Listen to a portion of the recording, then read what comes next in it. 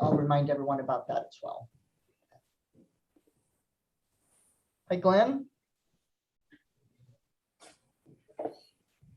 Good morning.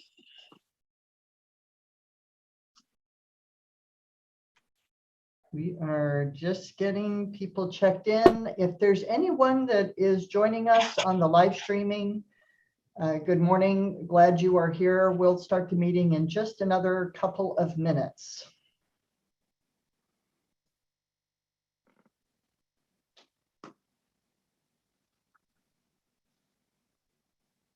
Susan, I want to make sure you can hear me. I changed to earphones. Yes, can hear you very Okay. well. Yes, thank you.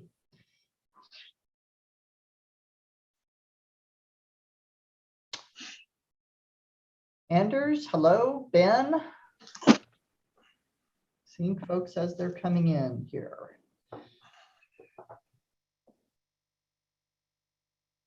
Susan, I was late getting in my audio to work, but this is Clint Whitney from City Richland. I'm here.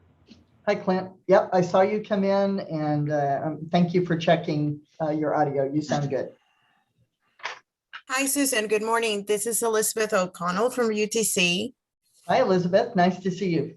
Nice to see you too. I wanted to check in first with you, see if I could have a couple minutes before we start, just to give a heads up about the charter to the group. We still are working on edits, so we would like a little bit more of time to think about some edits, and just to give a heads up.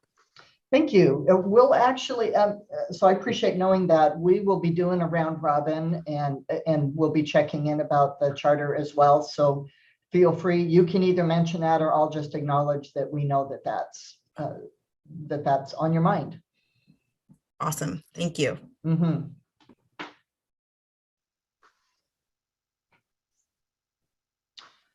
All right, let's see. How are we doing with folks? We've got a good group. We are still missing a few here. Kathleen, do you want to have us wait another minute or two to catch a few more people before we begin? Sure. Okay. We've got a day ahead of us. We can wait a couple minutes. All right.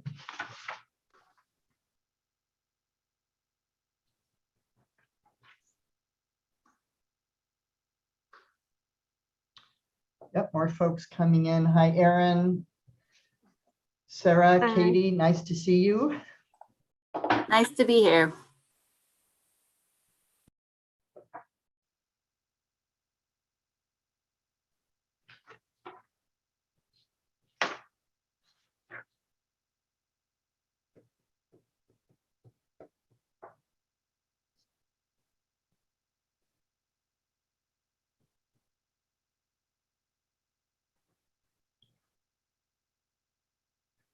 And again, for those that just joined us, we are currently live streaming and we are recording, just so that you are aware of that. And if we have anyone that has just joined us in the live stream, welcome. We're glad you're here, and we'll be starting the meeting in just a moment.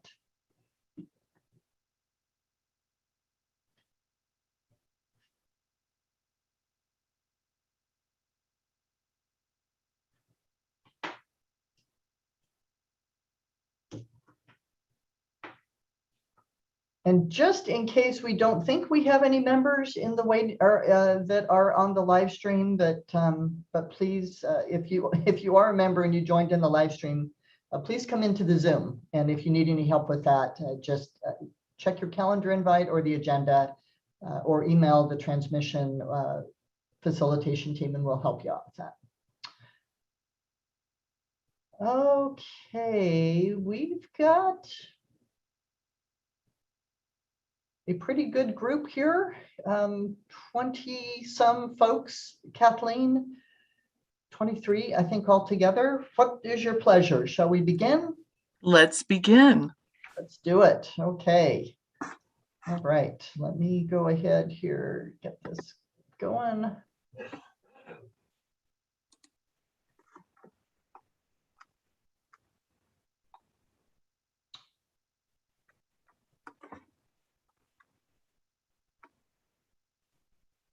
Right.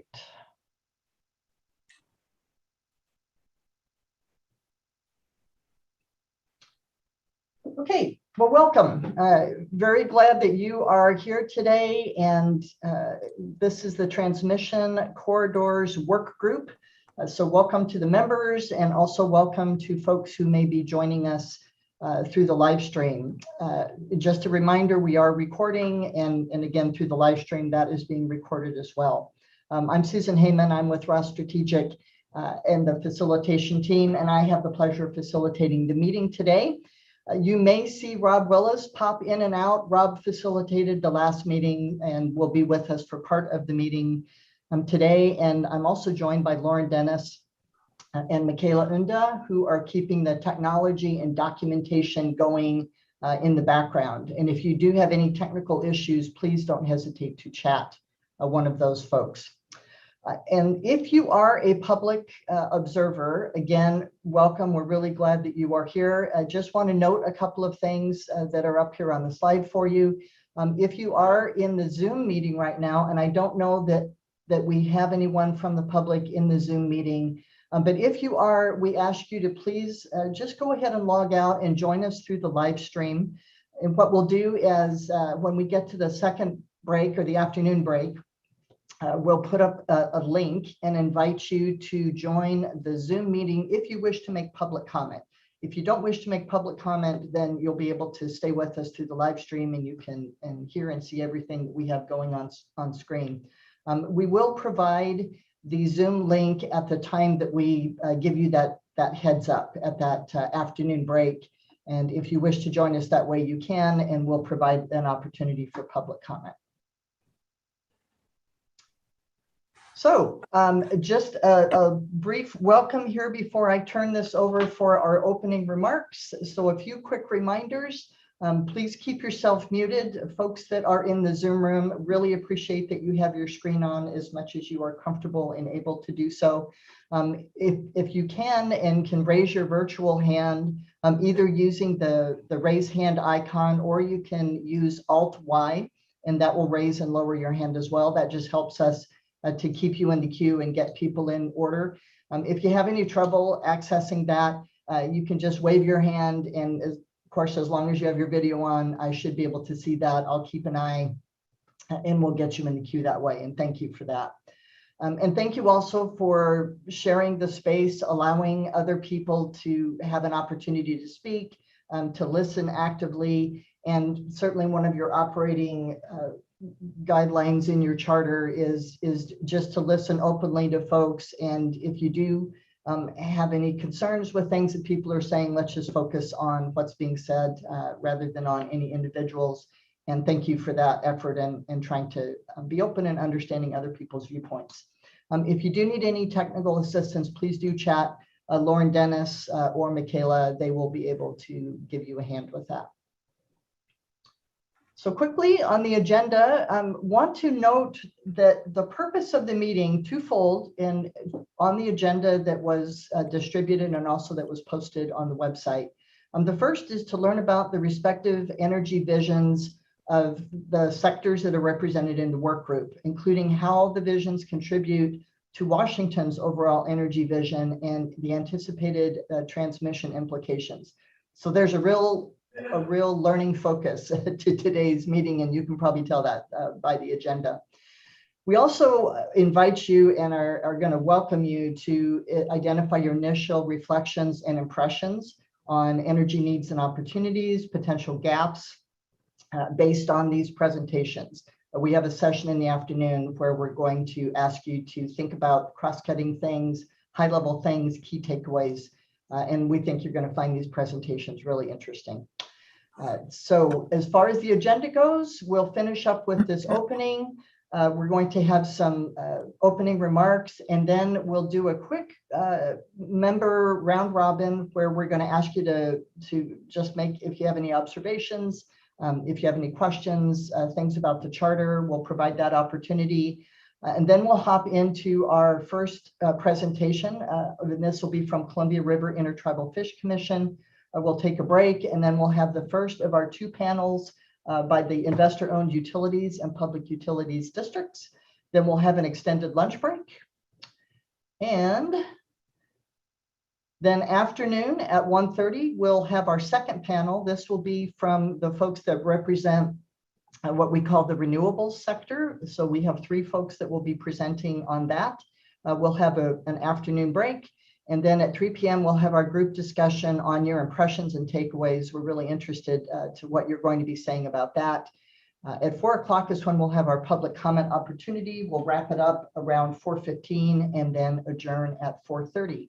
Are there any questions about the agenda from anyone?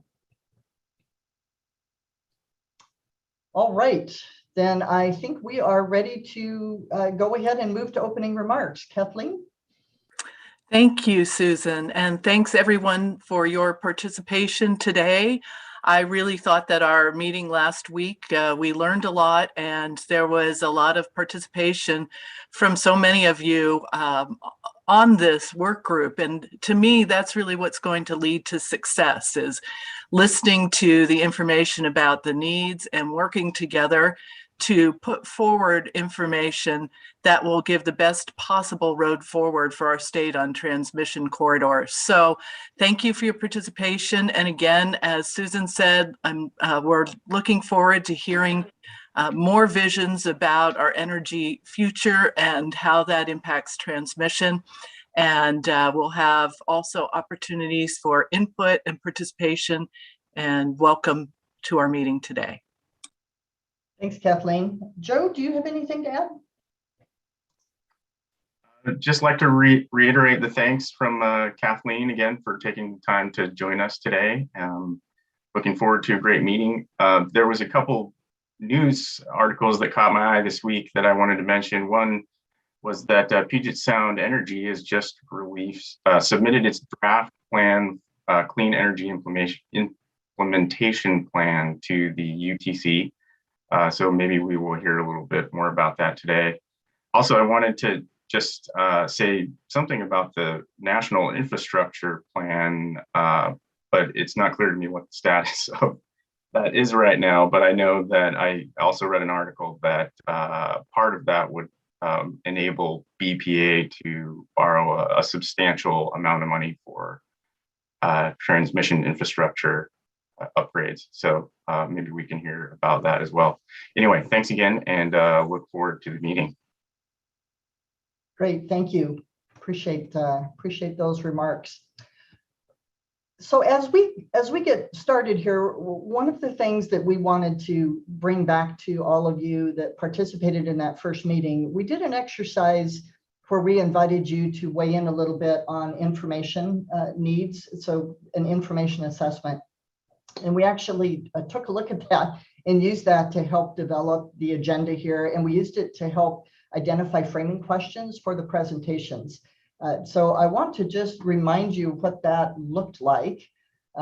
Don't expect you to read these notes, but what happened is we invited you to weigh in a little bit during the meeting, and then we left the mural board open for you to take a look at.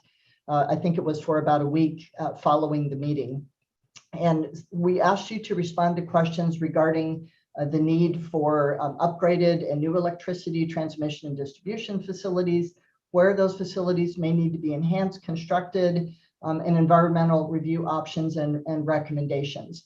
So we asked you to identify some of those things and to identify the information that might be needed for that and where that information might come from. So some of the topics that we saw, that kind of big buckets that we saw, what and where entities are working, the needs across scale, implications of new facilities and implementation considerations. We had some thoughts around existing and emerging capacity, environmental, cultural, other important factors, and opportunities for regional coordination. So again, thinking about those things and the needs and interests that you identified on the mural board helped us to frame up those presentations for today. So not that we have a tick list that all of our presenters had to follow, but we did provide some framing questions for them and are looking forward to their responses to that. So that's how we use that feedback for this presentation. And so what I'd like to do now here, as again, still part of our introduction a bit, We have a couple of new members, and I'd like to give them just that same couple of minutes for them to introduce themselves. I'm looking for, and I'm hoping they are on here. I'm looking for Ian Hunter and Mariel Thrasingham. Are they with us here? Susan? Yes. Nicholas Garcia here. I just wanted Yes. you to know that Ian has informed me, and I provided information to your staff that he's going to be a little bit late. He had an Gotcha. unavoidable conflict this morning. Understood. And I think I'm remembering that now. So Ian's going to be a little late. Is Mariel here? She also had a conflict that she let us know about ahead of time. Gotcha.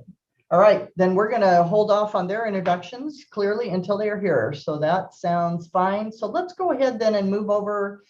We'd like to do a round robin, and really the purpose of this is to give opportunity for some voice from the members of the work group.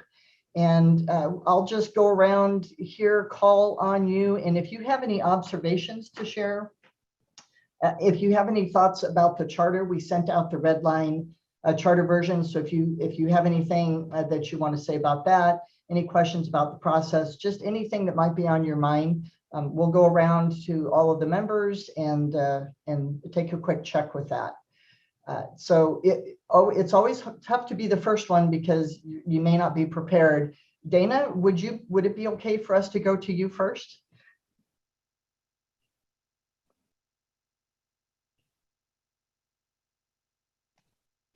Good morning. This is Dana Miller from the Yakima Nation. I was just wondering of how this ties in with the climate, or would this tie in with the climate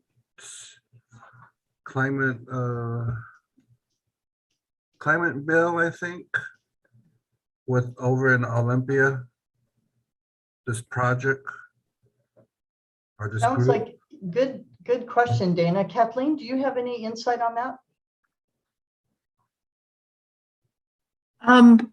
At this point, I think there's still work being done in preparing for this next legislative agenda.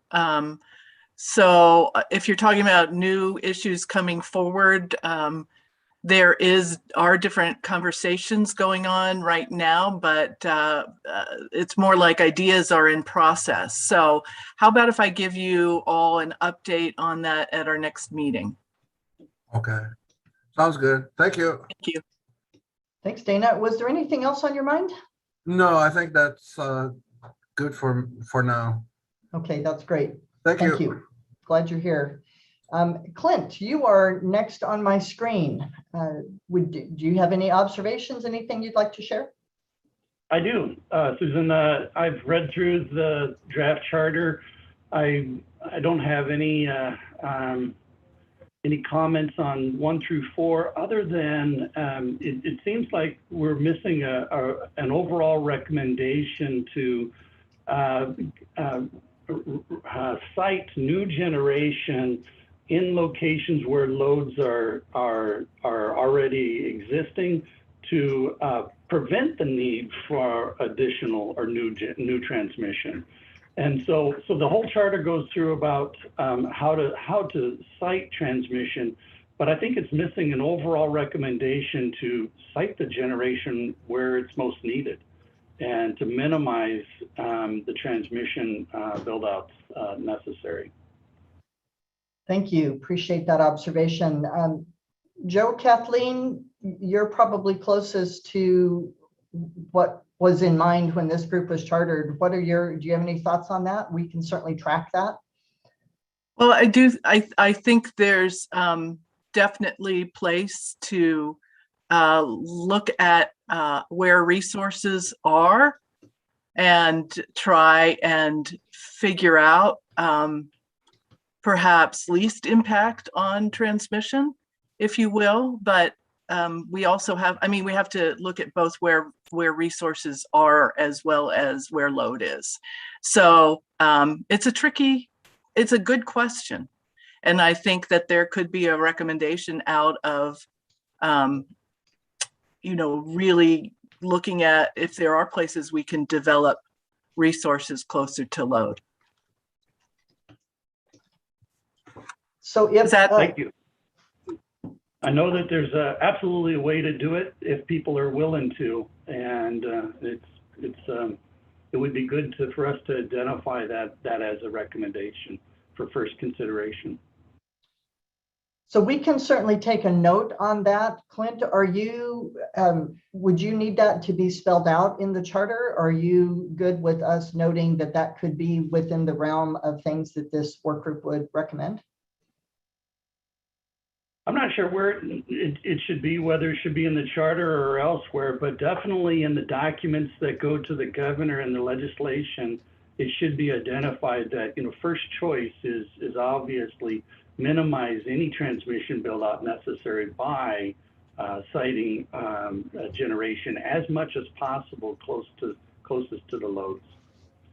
So Okay, thank you. I'm not sure where it needs to go, but I do believe that that's the best utilization of all resources and efforts is to minimize where necessary. Okay, thanks for that. We'll definitely take that note, take a look at the charter before we finalize that and see if there's a place that we might be able to put that. Did you have anything else? Oh, I'm sorry. pardon. This is Stuart. I think it's really more pointed towards the recommendations that we'll make. So the charter isn't our recommendation. The charter is how we're working. So I think the place will be that's what we're here to discuss is what our recommendations are going to be. So that's definitely going to be on the future agendas. Thank you. Thanks, Stuart. Anything else, Clint? All right, Glenn, how about you? Sure. Good morning, everybody. One thing I'd like to report on is that there's a big, at the federal level, a rulemaking that's been started on transmission planning, cost allocation, things like that, that we've seen a lot of, parties all over the country commenting on that, including Governor Inslee. And so I'd like to share with the group Governor Inslee's comments on that. It's he calls for, greater access to resources, not necessarily focused on in-state stuff since this is a federal proceeding. But anyway, I do think it may be useful for people. And so I'll send that to the staff and they can figure out the best way to get that delivered to the work group members. I also wanted to share that I'm just back from a couple of days meeting with energy officials in the West, and we ended up talking a lot about transmission and better coordination among the states. Again, this may not be directly applicable to our work, looking at decisions that are made here within the state about siting resources and developing transmission. But I really saw at that group a keen interest across the West in doing a better job of coordinating the development of the transmission system and developing more transmission than we have now in order to bring renewable resources and improve the reliability of the electric system through all kinds of contingencies and natural disasters and things like that. And then finally, on the a little more down to earth point on the summary from our meeting last time, I just wanted us to clarify that we, in terms of that definition of non-emitting generation, it's a confusing thing, but that in the statute, renewable generation is not part of non-emitting generation. And so we did in fact clarify that in our charter, but then in our meeting notes, we kind of, we didn't do a very good job of saying how we clarified it. So I'd ask that we work on that language a little bit in terms of summarizing our work from last time. Thank you.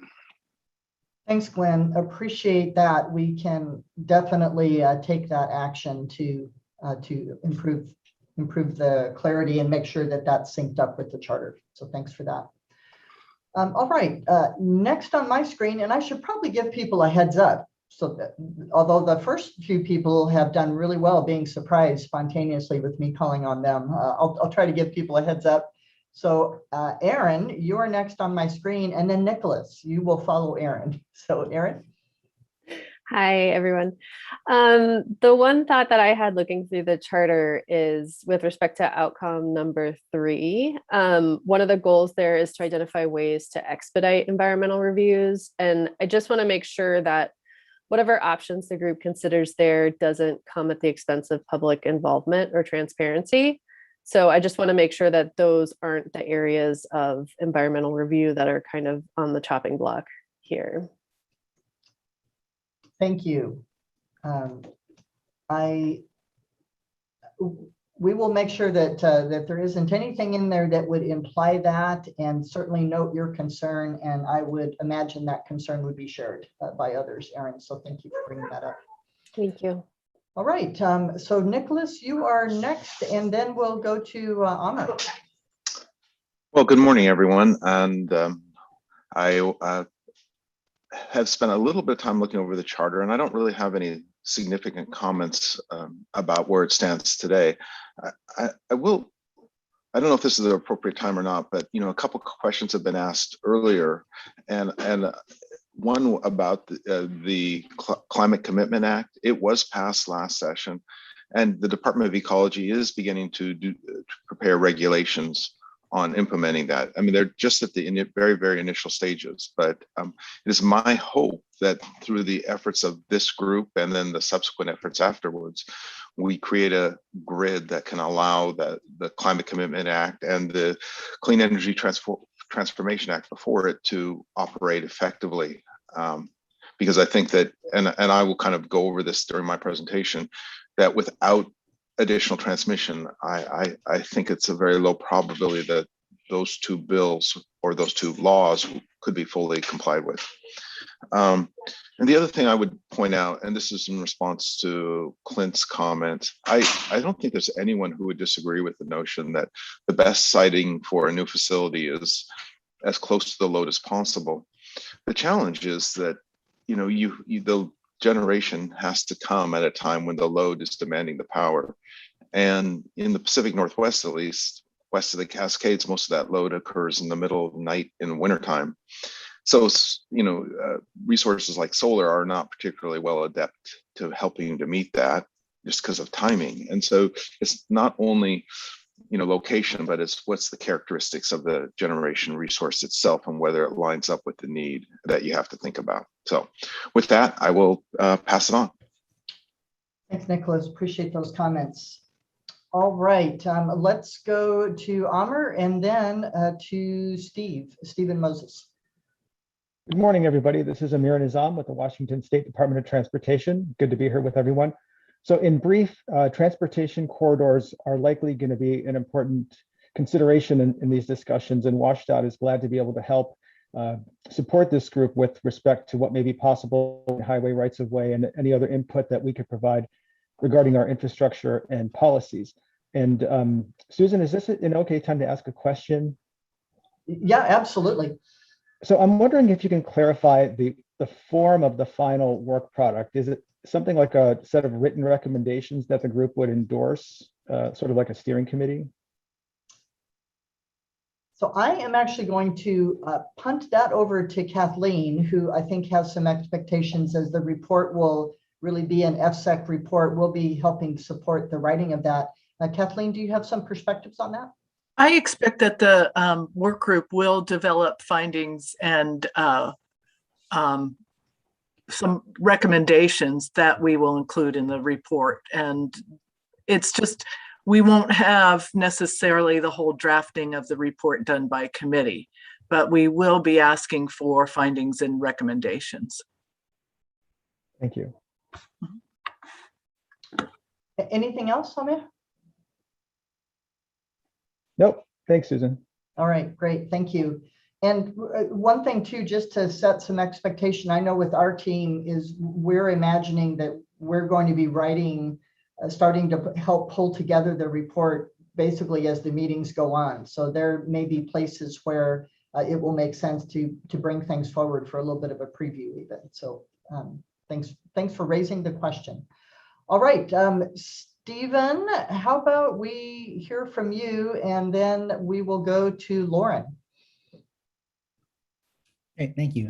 Good morning, everyone. Stephen Moses. I am the Director of Archaeology and Historic Preservation for the Snoqualmie Tribe and a tribal member. My main sort of focus, obviously, is cultural resources. And looking through the charter, nothing is mentioned about cultural resources. The closest is looking on the charter was item number 3, where it's talking about expediting environmental reviews. One thing that I want to make sure people keep in mind is when we talk about expediting any sort of review, especially environmental reviews, cultural concerns and archaeological concerns are usually the first ones to get cut out of the review, or they're streamlined to the point that tribes have very little opportunity to actually review and comment. And transmission corridors tend to cover lots of property and lots of land. So we want to make sure that there's some recognition of the importance of not just the consultation with the tribes, but with active review and attention paid to cultural resource protection. Because as we all know, cultural resources, archaeological sites are 100% non-renewable. So any destruction or damage to those is permanent.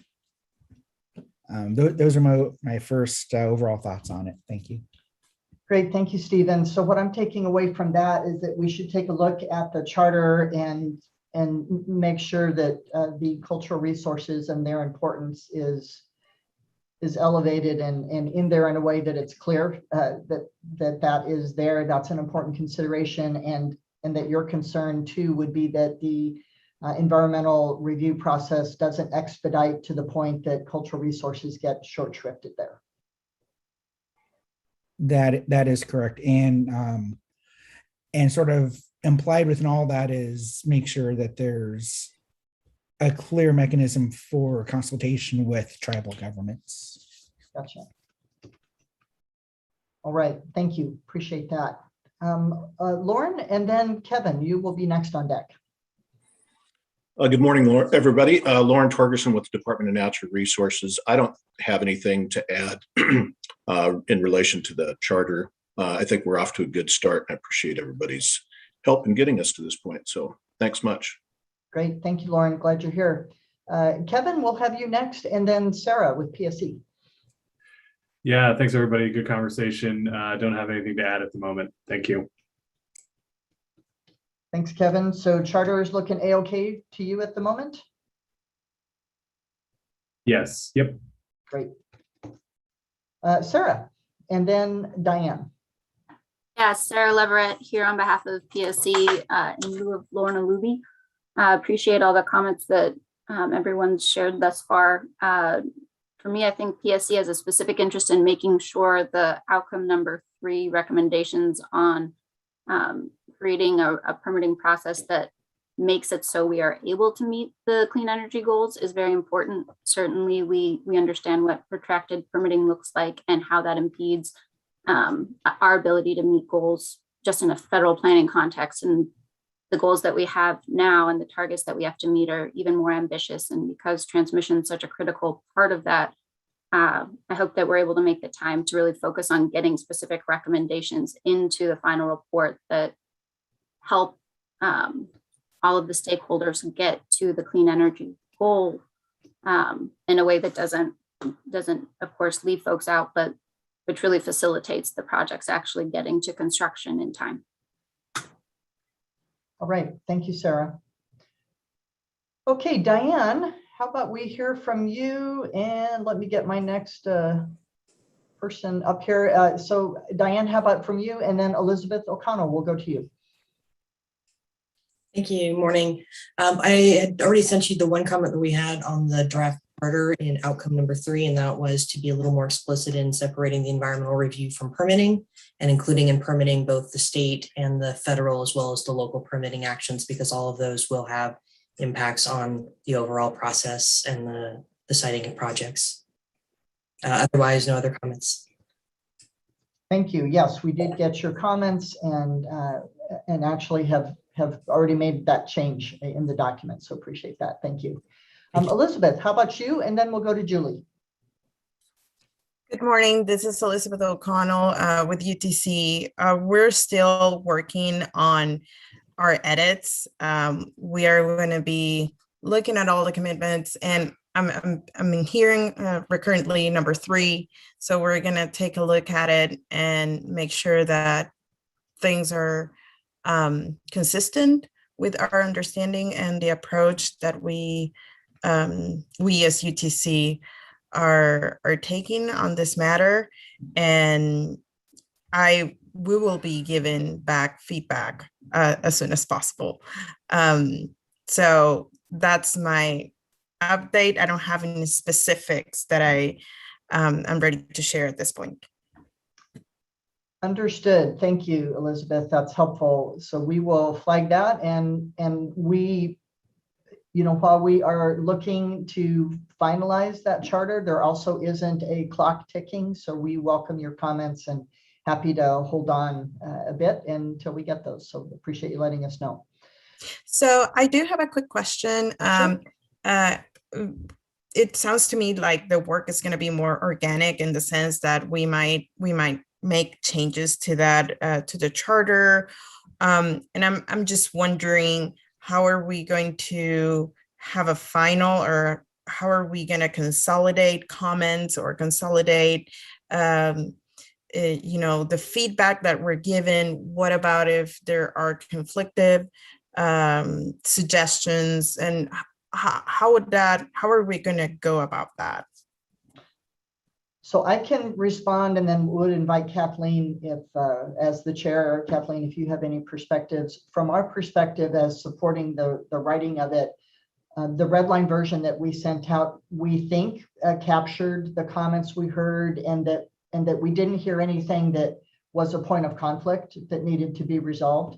Certainly, if we get feedback that does point out that either a specific outcome or a direction or an intent, if people seem to have very differing views on that, I think we would want to bring that back and make sure that we have a clear set of expectations from the committee or from the work group. That would be really important. I personally think these things are generally living documents, but also do know that I believe that FSEC is kind of the holder of the charter as well as the final report. So Kathleen, would you like to speak to that? Well, I do think we're working towards getting to a document that will cover, people's concerns, but still maintain integrity and the same direction forward. And I think what we're hearing from folks today is some balancing within, particularly the third outcome. So I think those issues are important to explore, and I don't think they're contradictory at this point in time. But I do think if you can get us comments as soon as possible, then hopefully we'll take these comments and then yours and produce what's pretty much a final charter. Does that answer your questions, Elizabeth? Yes, and I'm not implying necessarily that we're going to have conflictive, opinions, but just means, so especially about streamlining certain parts of the process. It's going to be I just want to understand how we're going to navigate those issues. But thank you. You did. Yeah, and I think that's a good question. And I think, you know, as we get to know each other and where the issues come from, my hope is we're going to be able to find what recommendations we have in common and prioritize those, and then list issues also that come up that pertain to, you know, some points of view on the committee as well. So, you know, really, I think that if we focus on what we have in common, and put that forward, then that's a step forward from where we are today. And there are going to be differences. So I think to think otherwise would be unrealistic. But again, focusing on what we have in common and then being clear and representing the differences of point of view is also important. Thanks, Kathleen. Appreciate that. Stu, your hand is up. Let's see. Yeah, I just want to raise that, to follow up on that. That we really are. We're starting to talk really more about the recommendations, you know, than the charter. It's the charter is how we're going to work, and what we try to capture in there is, you know, we know we're not all going to agree, and so the final recommendations, we don't have to have consensus on that. If there's differences of opinion, we want to reflect all that and make that part of what we report on. So it's not, you know, no one's going to be silenced. We really want all the opinions and all the discuss. You know, if we can, through discussion, you know, get to some better opinion, you know, clearer things, clearer thinking that takes everyone into account. But all voices we want to have as part of the final report of the work. Thanks, Stu. Appreciate that. All right, let's go over to Julie, and then we'll go to Steve next. Okay, I'll pick on number 2, and it's more just a question on that outcome, and it kind of goes to Stu's talking of, you know, what's recommendations versus outcome. What level of detail is our goal for the outcome number 2 as far as where transmission is needed? Are we getting down to along 405? Are we just saying between these 2 points? Like, what level of detail are we really trying to get to for an outcome there? Thanks, Julie. I'm actually going to ask Joe if he has any thoughts on that level of detail question. I guess I would defer to Kathleen on this as well. I guess, yeah, I would defer to Kathleen here. Okay, Kathleen, you get the tough questions, so here you go. Level of specificity. You know, I was pulling up the charter now on my second screen so I can look at it again. Thanks, everyone. That's an excellent question. And you know, I don't know yet, to be perfectly honest. I really think we need to figure out, I think it's going to be more general than specific. To be perfectly honest, and there may be different pathways depending on what types of resources actually come forward to be developed. And we don't even know. I mean, we know what's available now, how we would go about it now, but we really don't know the possibility, let's say, for battery storage in the future, and that opens up some really different opportunities if you start looking at transmission from,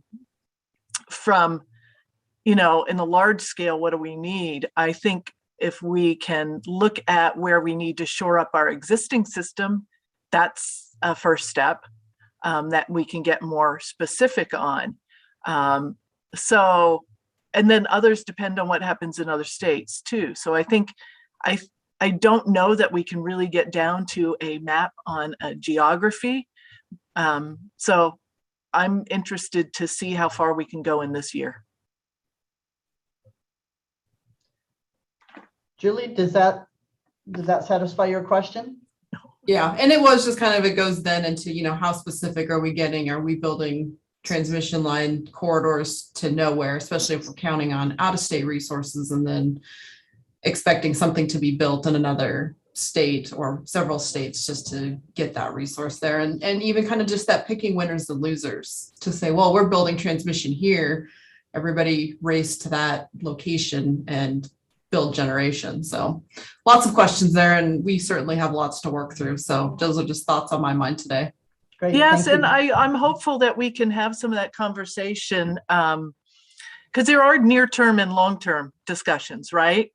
And so I am looking forward to the presentations today from the folks who are closest to those issues to really look at what's in their immediate future. And maybe there are more specific answers in the immediate future and more planning options in terms of the longer term future. Anything else, Julie? Oh, that's all. Thank you. Oh, great. Thank you. I'm just going to make an observation there. I'm really valuing this round robin. Think we're getting some great questions and just some interesting thinking about the work that's going forward, some clarification here. I think we're likely to go over our 9:45 next agenda item just a little bit. So just wanted to flag that, see if anybody has any concern with that. I would like to go ahead and get to the rest of the members, and I think we can do that. But just wanted to raise that so that those of you who are watching agendas know that we're aware that we may scoot over that 9:45 just a bit. So Steve, going to you and then to Lindsay. Hey, good morning, Steve Chung, Department of Defense. Again, quick observations, but first I'll start off with thanks for having DoD at the table in this important discussion and effort.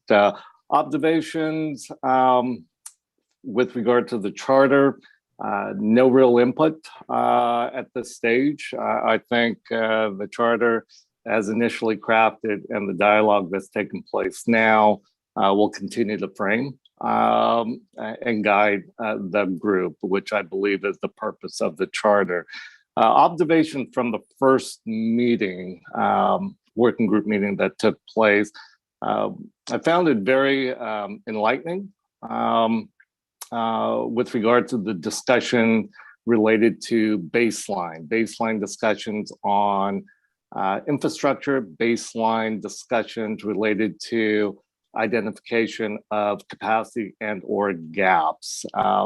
And if the discussions today and subsequent work group discussion continue moving in this direction, I think it will mirror and align many of the other state discussions that DoD has been involved with. And our interest in this collaborative effort is to not only be part of the process, but as the discussions mature, as additional information on baseline gaps and the goals that are being attained are framed in preliminary reports and documentation, it slowly, as in many other states that we've been involved with similar initiatives, begins to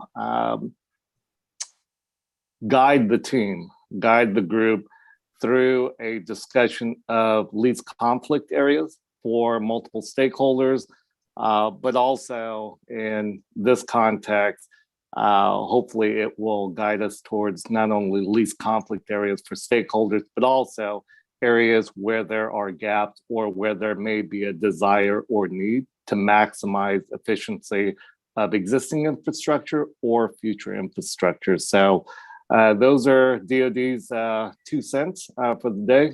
Back to you, Susan. Over. All right.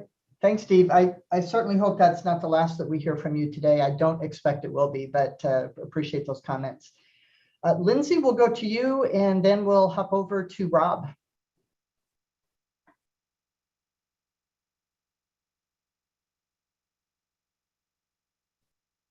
Lindsay with Lewis County. Might have had to step off. Lindsay mentioned that she had another meeting that I think she had to be in was critical for a quorum. So we will come back to Lindsay. And Rob, pardon me, I think as a presenter, not actually a member of the work group, just going to check on that. So we're looking forward to hearing your presentation here in just a little bit. So we will come back to you. Ben?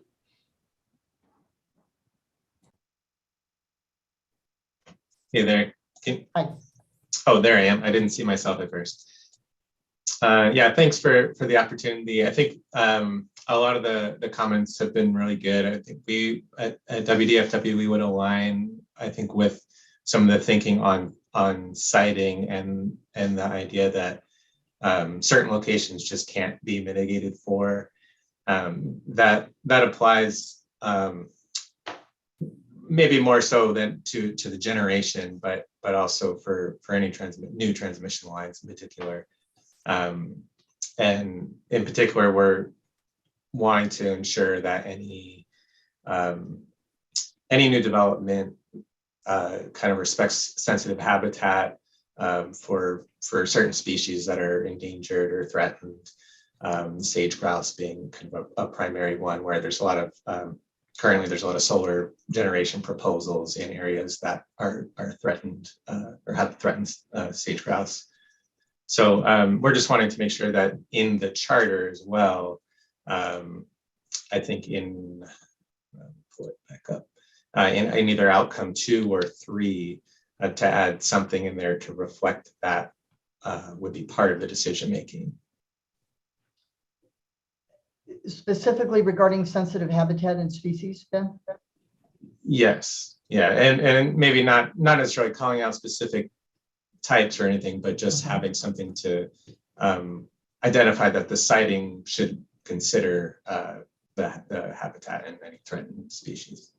Okay, thank you. We will take a look and see how we might shore that up a bit. Appreciate that. Great, thank you. You bet. Anders Johnson, and then I have been remiss in saying who's up next here. Let me look at my list here. So we'll have Anders, and then we'll go to Katie, followed by Cassie. Hi, this is Anders from Bonneville. My suggestions, based on reviewing the charter and then listening to the discussion this morning, is that we'll probably need to be real clear about the criteria we use to establish need for number 1.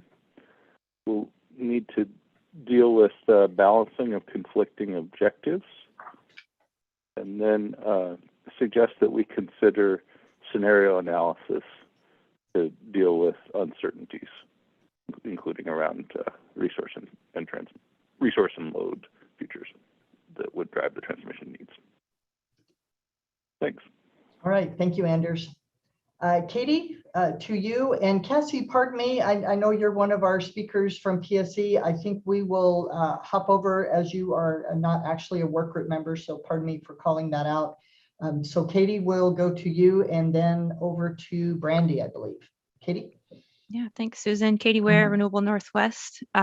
Looking at the charter, I think my only input right now would be consideration to, are there venues to pursue regional coordination in these conversations? I haven't noticed that on the charter.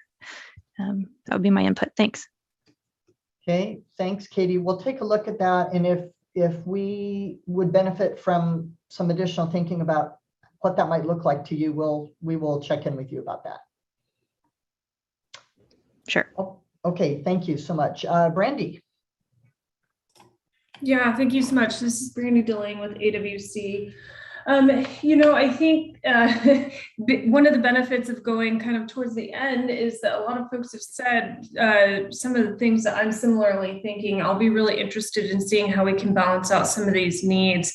I think siting obviously is going to be one of the top priorities of our membership. And then of course, just making sure that there's, again, some balance here between consideration for environmental review and basic land use practices. Thanks. Thank you. Appreciate that. All right, let's go to Vlad, and then we'll hop over to Mariel. And Mariel, as a new member, would love to get some observations from you, and if you were able to listen in or take a look at anything from the last meeting, or have looked at the charter, but also would love to give you an opportunity for a brief introduction. So Vlad, you first, please. Yeah, hi all, this is Vlad Goodman-Britton. I'm the Washington State Director of Climate Solutions. I don't think I had any additional feedback on the charter. I think it reflects the conversation last time. I do agree with Katie that given that especially interstate lines will obviously cover multiple places, making sure that we have a mechanism for regionally coordinating our transmission needs and right sizing that to a regionalized electricity system could be really valuable. Thank you. All right, appreciate that. Okay, Mariel, would love to hear again whether you have had a chance to catch up any with what we did at the first meeting or the charter, but also would love to get just an opportunity for you to introduce yourself, your organization, and how you see yourself fitting into the transmission picture. Hello, everyone. Thank you, Susan. My name is Mariel Thurasingham, and I'm Clean Energy Policy Lead with Front End Centered. Front End Centered is a coalition, a climate justice coalition of over 70 organizations around Washington that are led by and serving communities of color in the state. We have been involved in CETA and CETA drafting, CETA rulemaking, and right now implementation and planning. Particularly concerns around the equitable transition to 100% clean and how to distribute the benefits and reduce the burdens on communities, communities at the front line, communities who are underserved or less represented in the benefits of building out energy and kind of ever constant growth and getting bigger. So our participation in this group and in other conversations around building out the infrastructure for clean energy is really to learn. And I'm learning, I'm kind of just joining a little bit in and out this morning, but I hope to join more actively and consistently later in the meeting. And I've checked on the charter, but I haven't caught up on the notes from the last meeting. And just my initial observations are that it covers a lot. It covers definitely the important points broadly. I hope that there will be space, and I'll kind of take a look at the language and give more specific feedback later, but absolutely space to preserve the importance of considering impacts on communities of kind of decisions along the way, from conception to implementation of transmission strategies, input from the public more broadly than saying FNC and some other folks on this call have membership that are in communities, therefore communities are in this conversation. And if there is more meaningful participation from public perspective, even though without drilling into a lot of those technicalities, but more broadly thinking about what these decisions mean, what different types of recommendations will mean for the spaces where people live and work and where our natural environment is either under threat or given an opportunity to recover and thrive.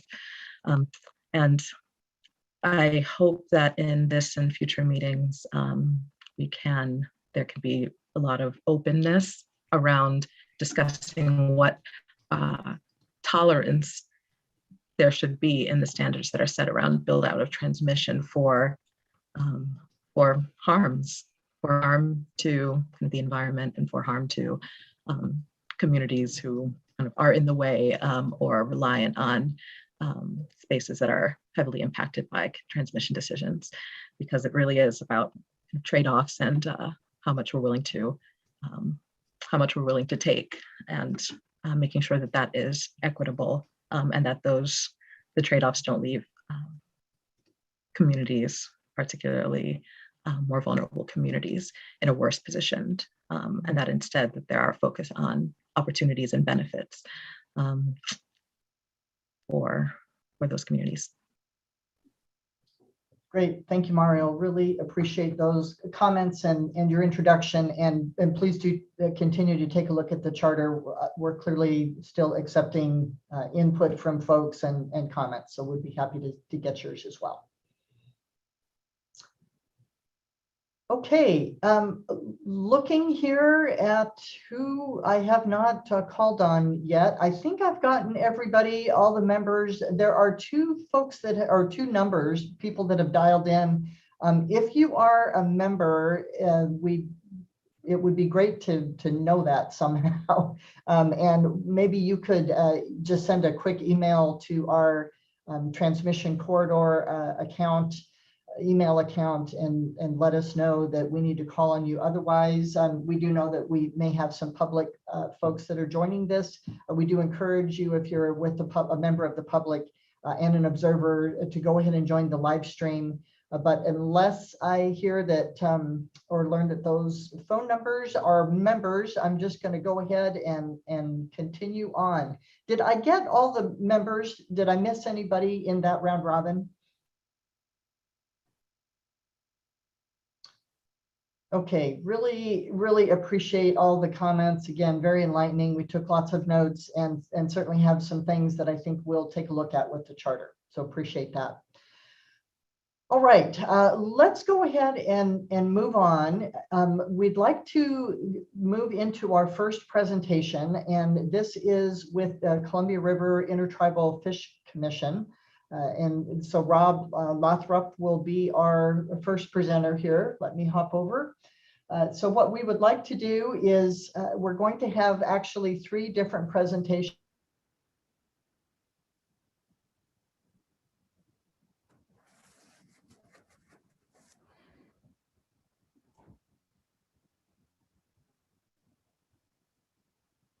I think I disappeared for a minute. Did I go away? Wow. Yes, and I'm you in did. Seattle. That just never happens. I'm back. Okay. All right. So without restating a bunch of things, I hope I'm still sharing on screen. Are you seeing my screen? Okay. So the perspectives that we have are from these. We have a presenter Susan? with, yes. Susan? Yes. I see you frozen. I don't see your screen. Now you're moving a little. I don't know if that's what everybody else is seeing right now. Are you seeing my screen now? It says you have Yes. started screen sharing. I can see it now. Do you see it now? Oh, there it is. If Susan, you may want to turn off your own video. I am going to do that. And if I end up being a problem with the sharing, then I will hand it off to a team member to share if for some reason my internet is not being reliable. Thank you. And please do let me know if that happens. I don't want to be the weak link here. Thanks for It does that. say your network bandwidth is low. Huh. On my screen. Wow, I am literally plugged right in here, but I'll do my best. And again, we have other people to hand it off to. Thank you for letting me know. So we have these perspectives that we'll be sharing today, and just want to give you a heads up. After each presentation, there will be an opportunity for a brief Q&A, and then we're going to bring you over into that mural room again, and we'll actually send or put a link into the chat, and we'll invite you to note some of your thoughts regarding that presentation that you just saw, and then we'll move on to the next presentation. So that's kind of the order that we will be going in here. We'll have on the mural board, we'll have some prompts for input that we would appreciate getting your insights on. So that'll follow each presentation. So with that, I think we're ready to begin. And Rob, would love to turn that over to you. And thank you very much for presenting from the Columbia River Intertribal Fish Commission. And just let me know when you are ready to move to the next slide. I'm ready. Good morning, everybody. A pleasure to meet you all virtually. My name is Rob Lothrop. I work for the Columbia River Intertribal Fish Commission. And my apologies, I'm going to spend a little bit of time on this slide because it represents a lot of the work we've been doing as a commission with respect to energy and protecting treaty resources development in the Columbia Basin. Let me draw your attention to the logo in the bottom right. Critic's member tribes are Yakima, Nez Perce, Warm Springs, and Umatilla. They founded the commission in 1977. To have a unified voice in certain aspects of Columbia River fisheries management. Columbia River salmon are caught not only in the Columbia River, but all the way up to Southeast Alaska, where they comprise approximately 40% of the Chinook caught in Southeast Alaska.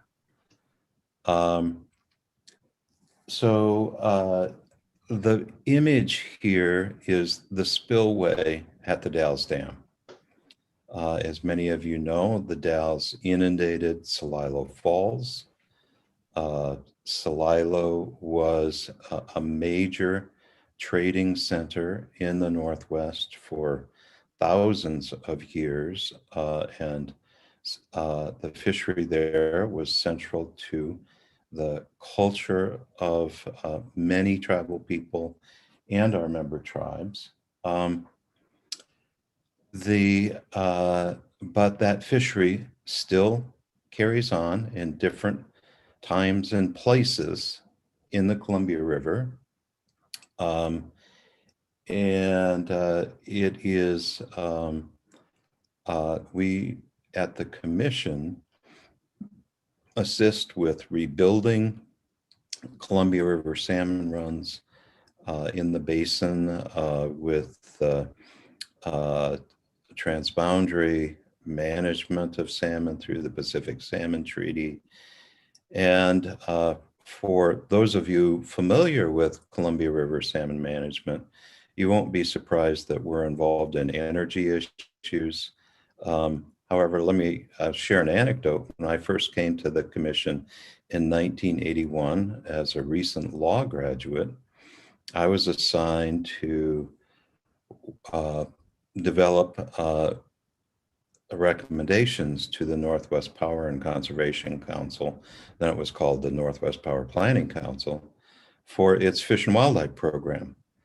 And I had the benefit of working with many experienced biologists from Washington Department of Fish and Wildlife, Oregon Department of Fish and Wildlife, National Marine Fisheries Service, U.S. Fish and Wildlife Service, et cetera. And I was quickly immersed in Columbia River dam operations, both flows, seasonal flows, and daily dam operations. And you'll see the spillway at the Dalles is spilling a large amount of water. And if you look closely at the spillway, you'll see a little sort of black wall about halfway on the left side of the picture. And that was a spill wall built to maximize the effectiveness of water being spilled at the Dalles to pass juvenile salmon safely by the dam without them having to go through the turbines. That's one of many, many juvenile fish passage measures that have been installed on the Columbia River. I think that one cost about $40 million. And as juvenile fish passage measures go, that's relatively inexpensive, at least on the main stem Columbia.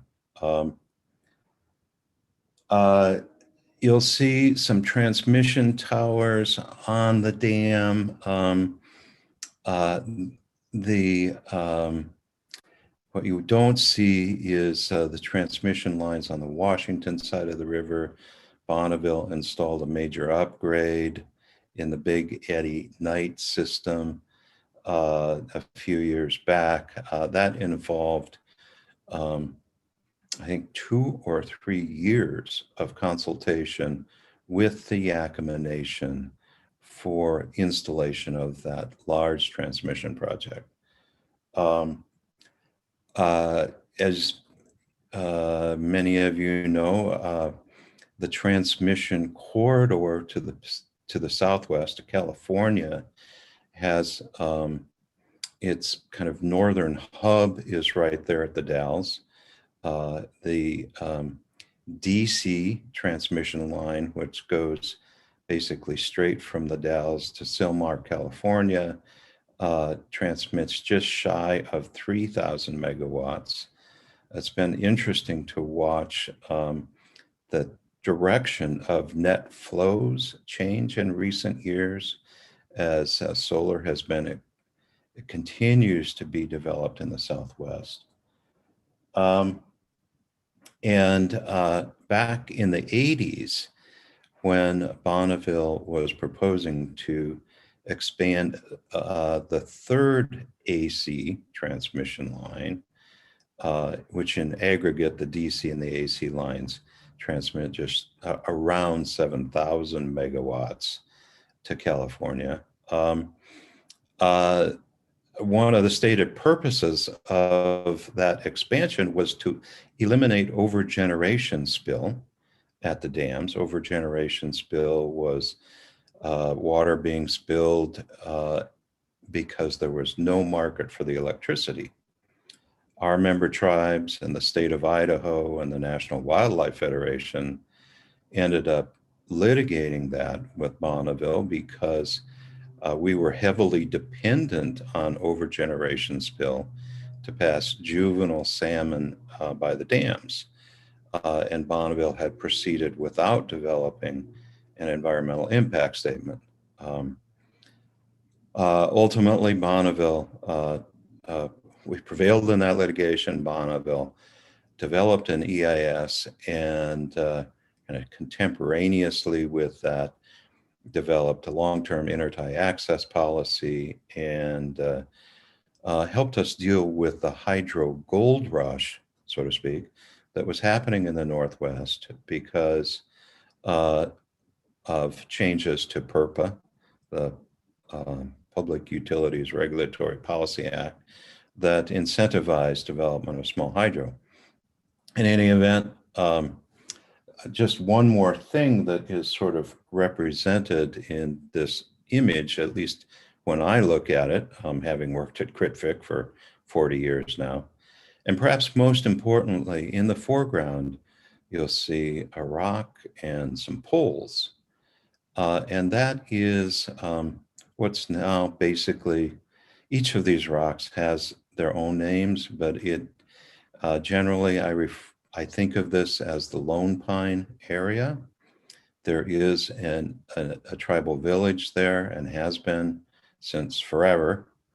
It is situated on property administered by the Bureau of Indian Affairs, and it is one of the poorest communities, I think I can say that safely, one of the poorest communities in the Pacific Northwest. And it is, in some ways, remnants of the villages that were destroyed by the Dalles Dam on the north side of the river. That included Spearfish.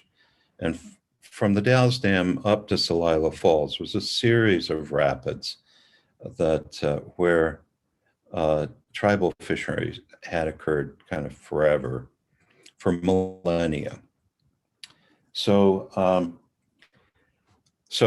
Critic Energy Vision for the Columbia Basin. The first edition of this vision we published in 2003, shortly after the energy crisis of 2001.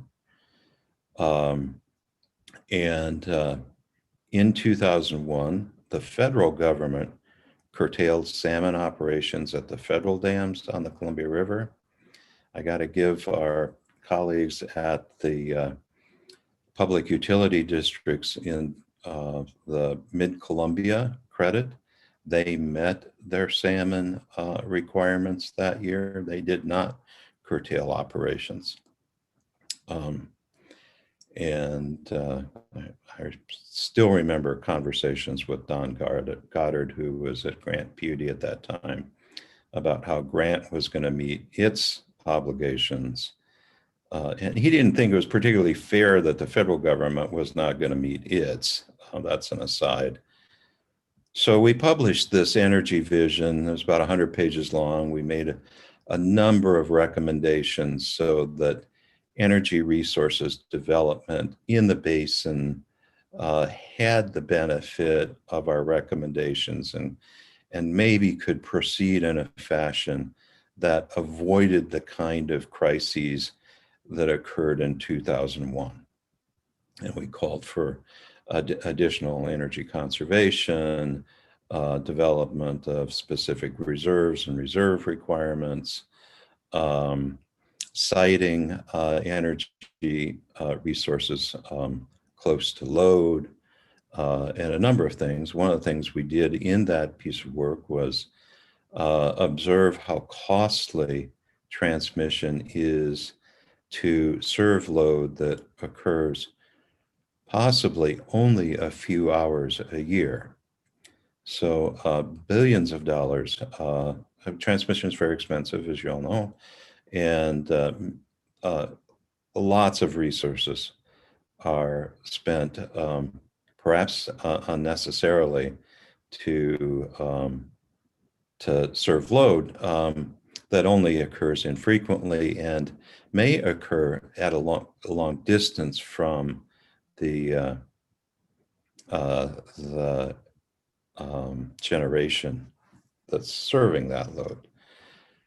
So we updated it in 2013, and so much has changed since 2013 in the world of energy and energy resources and energy policy that we thought that it was necessary to do an update in 21. And even since June, when we published the draft, things continue to evolve rapidly. One of the messages we heard loudly and clearly from our member tribes was, in 2001, it was about salmon. Our energy vision was focused on salmon, and with the potential impacts to uplands from additional wind and solar development and additional transmission development, our member tribes said, please expand this vision to include upland resources. And those upland resources would include wildlife, roots, berries, and cultural resources. In the energy vision, it's now out in draft. There's a section we've put in the document for citing renewable resources. And we've learned a lot since we put it out. I'll go into that a little bit more later. Another thing that we heard loudly and clearly from one of our member tribes in particular, and from other people that provided comments, is we need to say something more specifically about the lower Snake River dams and their future and alternatives to address the energy services they provide. Climate change has been a big deal for the Commission for 20 years or so. Because of our proximity to and the availability of expertise from the Northwest Power Planning Council, we've learned a lot over the last 40 years about energy conservation as a resource.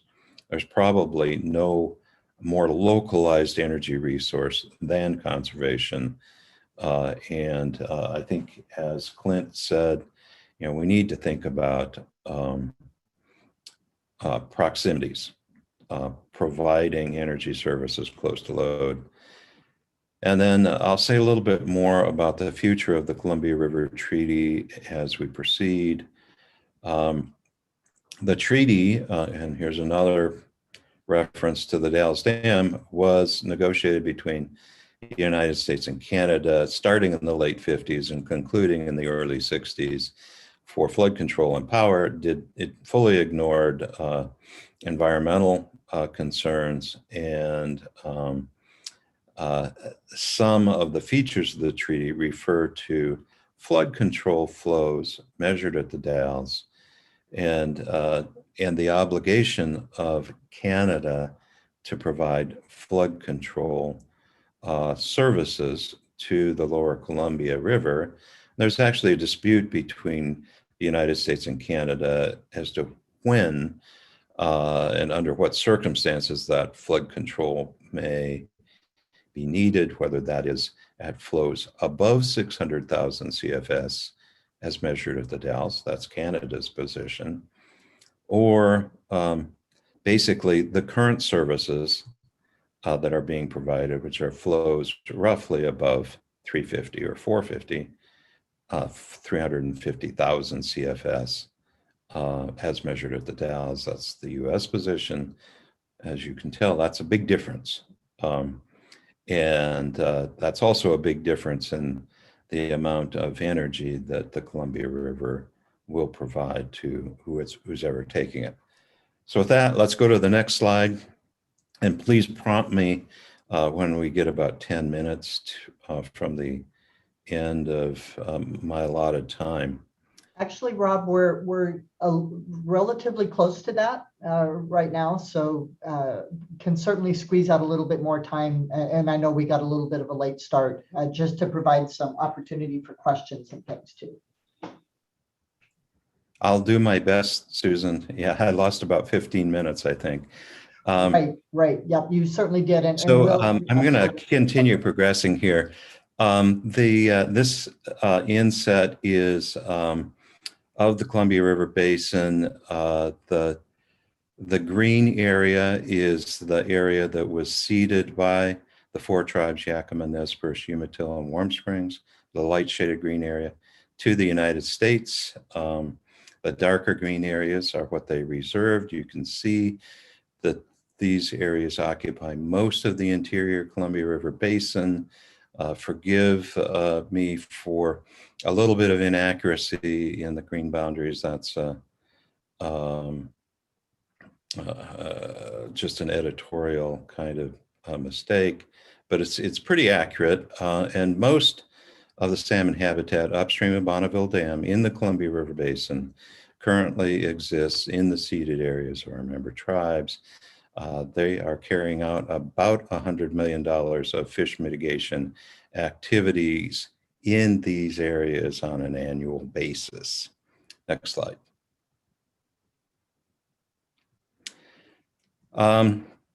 This is language from the Yakima Treaty. And two things going on here. First, the image is actually Nez Perce entering the treaty grounds at Fort Walla Walla in 1855. There are about 1,400 Nez Perce on horseback. The little group around the flag is the U.S. Negotiating delegation, including Governor Isaac Stevens and Joel Palmer. So it gives you a little bit. This is a U.S. note taker that drew this image. Importantly, the fishing right clause has been to the Supreme Court, U.S. Supreme Court, a bunch of times. And I want to draw your eyes to four things. We call these first foods. So the right of taking fish includes not only salmon, but lamprey, sturgeon, other fish resources. And with the right of hunting, gathering roots and berries. Collectively, we refer to those as first foods. We have expanded the energy vision in its 2021 draft to deal with not just the fish resources, but with all of the first foods. And I might say that even in the last few years, this treaty language has been referenced by the Supreme Court with support, particularly in the Cougar Den opinion, and where Justice Gorsuch basically said in a concurring opinion, well, if Washington doesn't like the deal, it can try and renegotiate it, but a deal's a deal.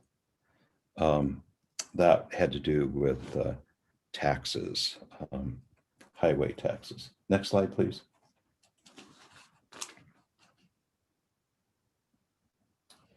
So you'll see in the image here, a young man in the foreground. His elder is in the back. He's digging roots. He's probably being taught how to dig roots. Roots, as we mentioned, are one of the first foods. This is in an area where there are wind turbines, and it's not always possible for the owners of these wind turbines, or for the tribal root diggers, to go into the areas owned by the owners of these turbines and dig roots. So roots are a very important cultural food. They're served in the tribal longhouses at important ceremonies, and really weekly, as in, I think of them almost like Sunday services. So this is a resource we need to be mindful of in developing, and we are being mindful of, and developing this energy vision in terms of transmission and siting future energy resources, whether roots, cultural resources, and others are important resources to protect. One of the proposals we put in the draft was that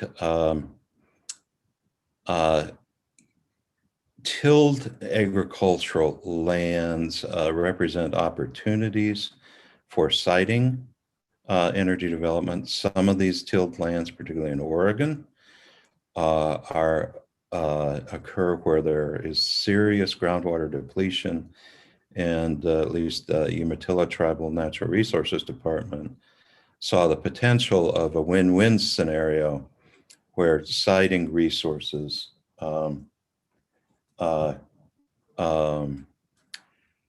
could provide income for farmlands and protect, while being protective of tribal natural resources and restoring some groundwater.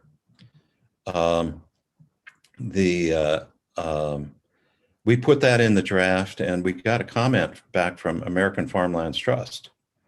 And they said, gee, can we work with you on this? We understand your concern for protecting tribal resources. We want to protect farmland. Can we achieve both ends? And by citing particularly solar in a community context, so that solar is developed closer to load. And we're also, there's some other features of our vision there. Let me go on to the next slide. This is a slide from, I borrowed from Congressman Mike Simpson's website, his congressional website. It describes one measure of the health of Columbia Basin salmon resources. And you'll see this particular measure is called smolt to adult return rates. The higher the return rate, the better. The Northwest Power and Conservation Council has said you need 2 to 6 with an average of 4 to have sustainable salmon runs. So in the Yakima, we're seeing about 2.4%. In the mid-Columbia, like John Day River, I'm sorry, there's so many mid-Columbias these days. The John Day River Basin, 3.5% SAR, and in the Snake River Basin, less than 1%.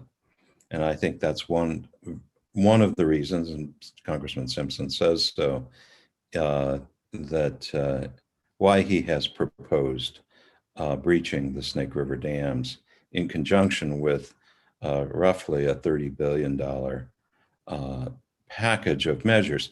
It's important to note that Congressman Simpson has chaired the House Interior Appropriations Committee on and off for the last 10 years when the Republicans have been in charge. He's the ranking member now. He's fairly senior in the world of appropriations. Next slide, please. So, what are we looking at for the future of energy resources in the Western United States? Do we have enough energy to replace the Snake River dams, meet load growth, et cetera, et cetera? The Power Council, Northwest Power and Conservation Council, is taking a close look at this. We borrowed this graph from them. This is the Western Energy Coordinating Council's projections for future resource development in the WECC area. And the yellow and the blue represent solar with and without batteries. And you can see that in the far left, that's today. And on the far right, the bar is out there about it's out to 2045. Huge expansion of solar. I think people, regardless of whether you think this is going to be half that size or bigger than that, it's still very, very big. Let's go to the next slide. So what does this mean for the Columbia River? Well, people don't really think about it so much, in my experience. They just sort of assume that the Columbia River is this limitless battery that can integrate renewables into the Northwest energy grid. Well, it's not limitless. This is the results of the Power Council's Genesis modeling for the year 2031 for flows at the Dalles Dam. And you can see in this hypothetical model run that flows at about noon on July 15th, 2031 are projected to essentially be zero. Well, that's not good for fish. It's not a realistic assumption. I can't imagine that Endangered Species Act wouldn't kick in. We already have a letter from the US EPA that says these kind of flows are not realistic. EPA is already working on a TMDL for the Columbia River for temperature matters. And let me tell you, stopping the flow of the Columbia River during the brightest sunshiny parts of the day is not a good recipe for water temperatures or fish movement. We're looking at this very closely. We've asked the council to do some sensitivity studies. They've agreed. The question is when they will do them, whether they'll do them in the next 2 months or the next year. Next slide, please. So we've had multiple comments on the energy vision, including comments from former BPA administrators, BPA, the Power Council, the Northwest Energy Coalition. I think Renewable Northwest is getting us comments. We have extensive comments from the Oregon Department of Energy, U.S. Fish and Wildlife Service, and so forth. And we're hoping, let's go to the next slide, to complete the energy vision this year.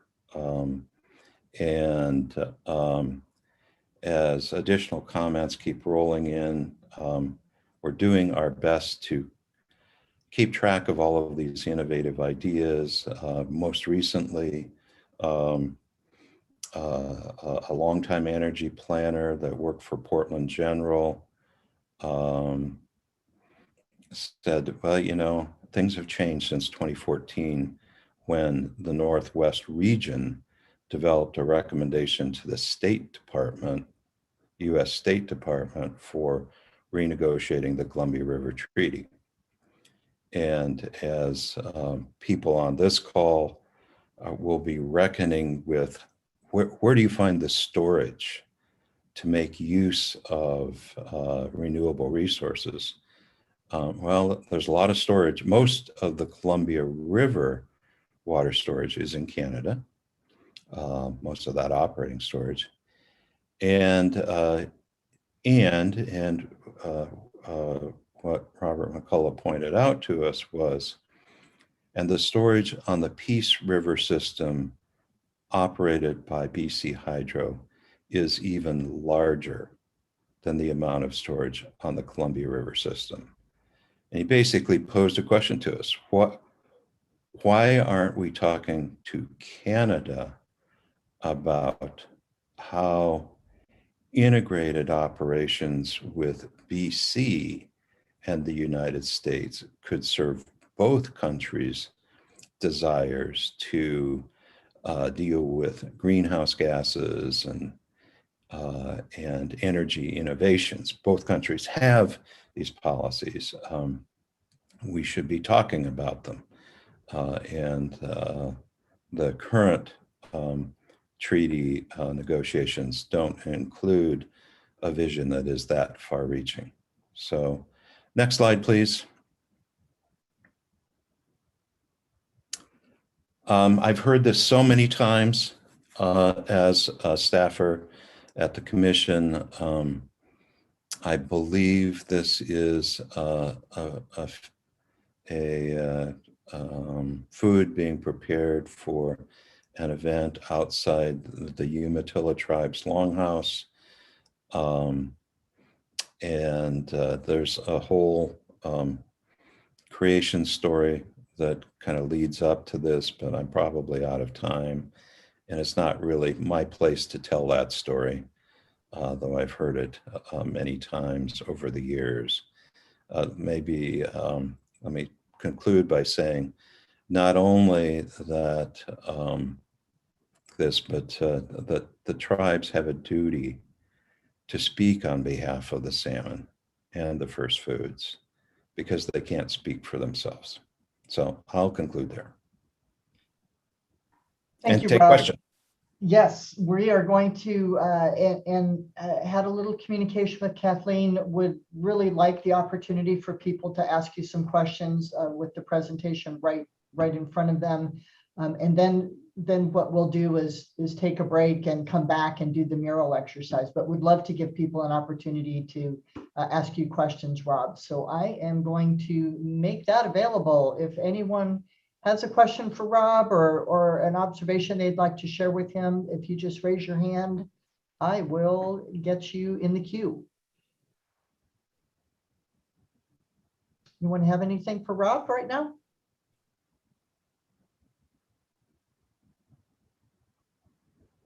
Well, maybe this will precipitate a question.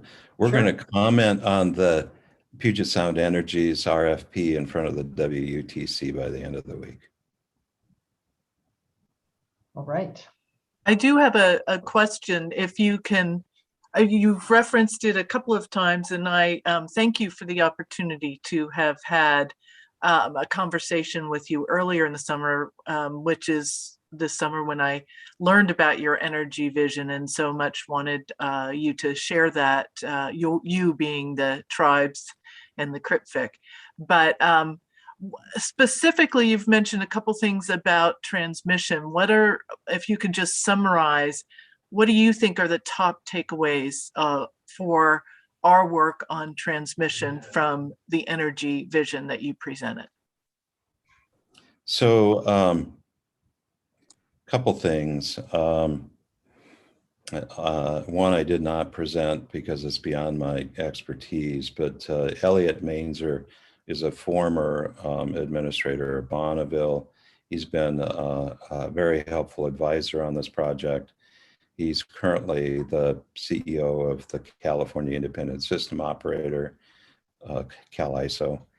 And he said, you guys, Critic, really need to pay attention to the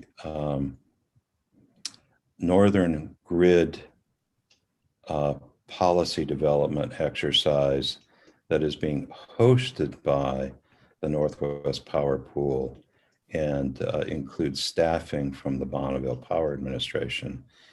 And I looked at the Northern Grid website and saw these fascinating charts about how net transmission flows of energy have changed in the last 10 to 15 years. It used to be Northwest Energy flowed south. Now Southwest Energy flows north. same kind of changes in between British Columbia and Washington. So that was a big takeaway for me. Another takeaway is we had to deal with Snake River dam breaching and its energy consequences. We couldn't just kind of duck that issue. That was made clear. And I think the conversation with American Farmlands Trust was very illuminating. How can we find win-win solutions that protect resources important to all different types of Northwesterners? And American Farmlands Trust suggested some energy portfolios that would minimize transmission impacts. And maybe a fourth takeaway, we looked at an environmental impact statement that BLM and others prepared in the desert Southwest for siting solar. That's described in the Energy Vision document. And they did a planning exercise down there that identified suitable solar development sites based on topography, endangered species listings, other availability of transmission, state-sensitive species listings, and so forth. And I know Washington's contemplating some kind of planning exercise like that. We had seen that kind of planning exercise used with small hydro development in the 80s. That plan still exists. It's been very successful. And we proposed that the federal government and the Northwest states should develop something like that. And from our vantage, because we're dealing with at least 3 states, depending on the issue, it seemed to make sense to have a federal partner in this. You don't want big inconsistencies between Oregon and Washington. We told that to Oregon, they seem to agree. We've suggested that to Kathleen, and she says, well, I'm hosting these processes, please come and participate. So there you go. Thanks, Rob. Thanks, Kathleen, for that question. Any other questions right now? I was just curious if you happen to know the generating capacity of the Snake River dams that are proposed for removal. Sure. Thanks for the question, Joe. I think it's about 3,000 megawatts of capacity. The actual energy is roughly 30% of that, which really begs the question, those few hours a year in the middle of the night, in the winter, when we have a cold snap, what role do they play? And can that role be addressed by other energy resources, conservation, storage, localized generation, and how do you do that? So it's a great question, Joe. All right, thank you, Joe. Any other questions for Rob? And Rob, I hope that you're able to stick with us for the rest of the meeting. I could imagine there could be other conversations come up that could be very, very useful to have you in the room. I don't know what your availability is, but would certainly invite that if you're able to. So not seeing any other hands right now, I think what we'll do is we'll take a 15-minute break. When we come back, we'll introduce you to this mural exercise and actually take a few minutes for you to reflect on what you heard from Rob in that presentation, and some of the questions and responses might stimulate your thinking there. So we'll take just about 5 minutes to do that mural exercise before we start our presentation. So we'll have a little bit of time that we need to be making up here through the rest of the day, but I think we'll be in good shape. Really appreciate it. Very valuable conversation. Thank you so much, Rob, for the presentation. And we will see you in 15 minutes, everyone. Thanks.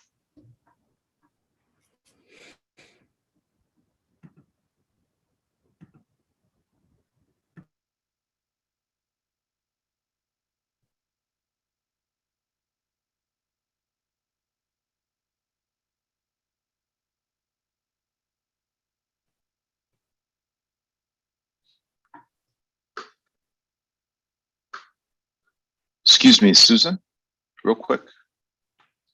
Yes. Hi, Nicholas here. I just wanted you to know that Ian Hunter has joined us. We saw that he popped into the room. Thank you for letting us know. Okay.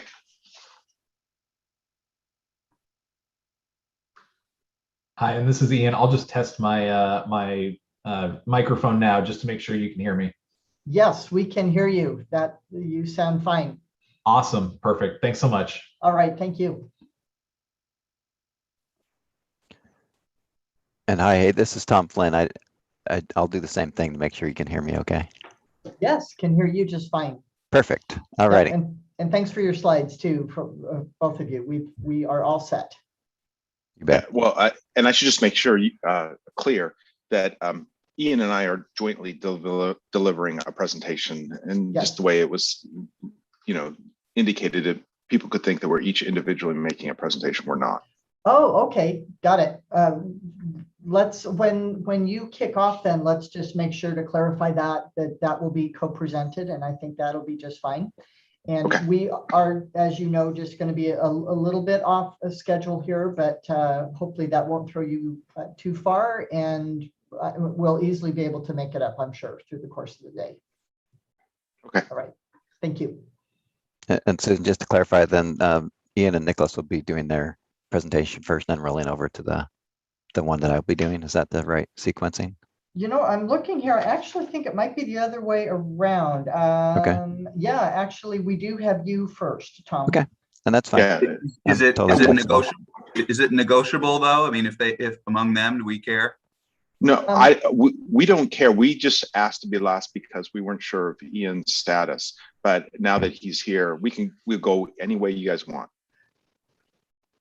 I'm flexible either way as well. So if we would just have to reorder the slides, which is no big deal. No, so that's okay. Yeah, in that situation, I would just leave it the way it is. Okay. I think that's a good idea. Okay. All right. Great. Thank you. Well, we'll both, I mean, the questions that'll be very mutually managed as well. So you'll be able to jump in there together. Okay. Great. All right. Thank you. Okay.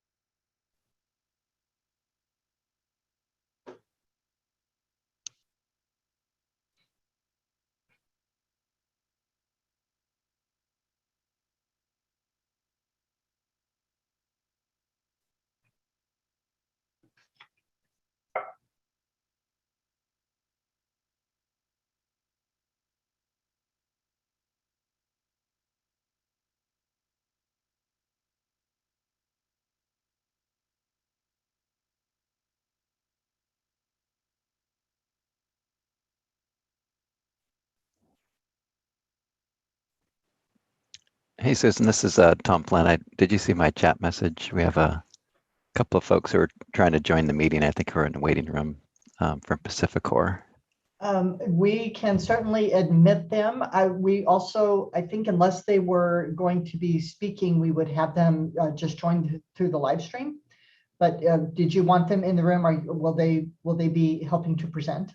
They'll be part of the Q&A portion. Got it. Yeah. And is that Brian, John, and Randy? I believe that's correct. Yes. Okay, then let's go ahead. We'll go ahead and admit them. Great, thank you.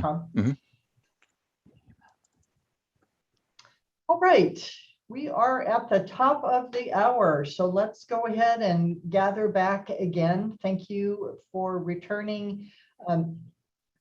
If you can either flip your camera on, or if you can give me a thumbs up just to know that you're in the room, that will help us to know that we've got a good bunch of folks back before I have us move on.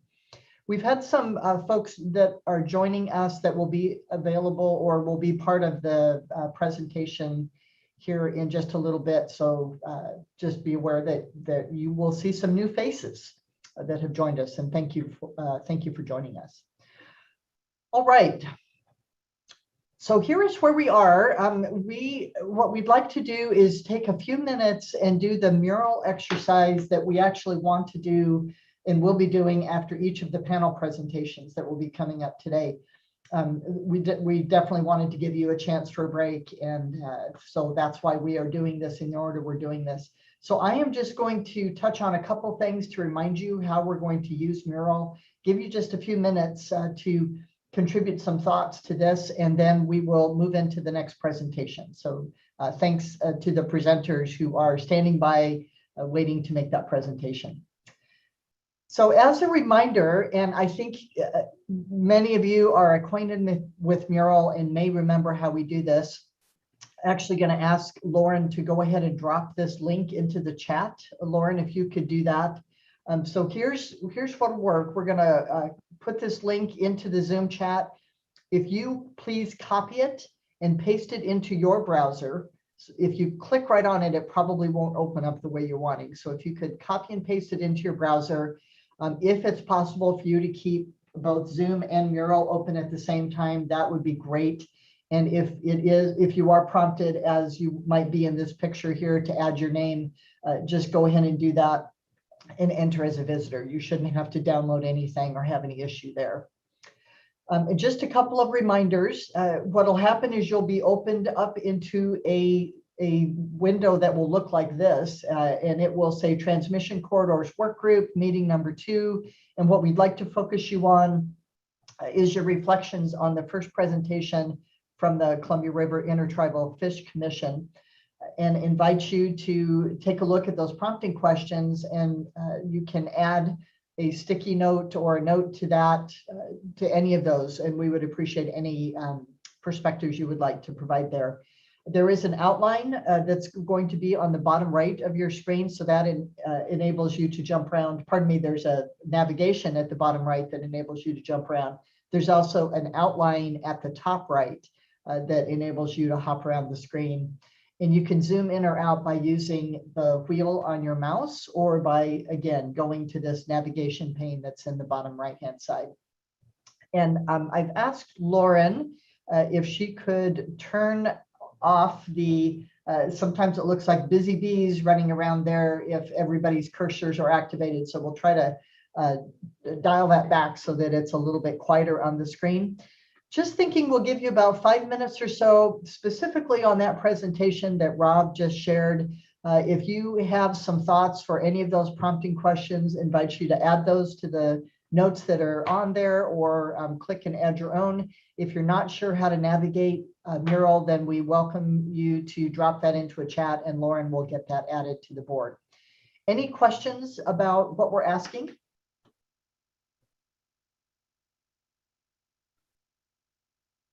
And here's some just reminders about how to add those notes to the Mural board. Okay, so we'll give you about 5 minutes and invite you to add your thoughts, and then we'll move into the next presentation.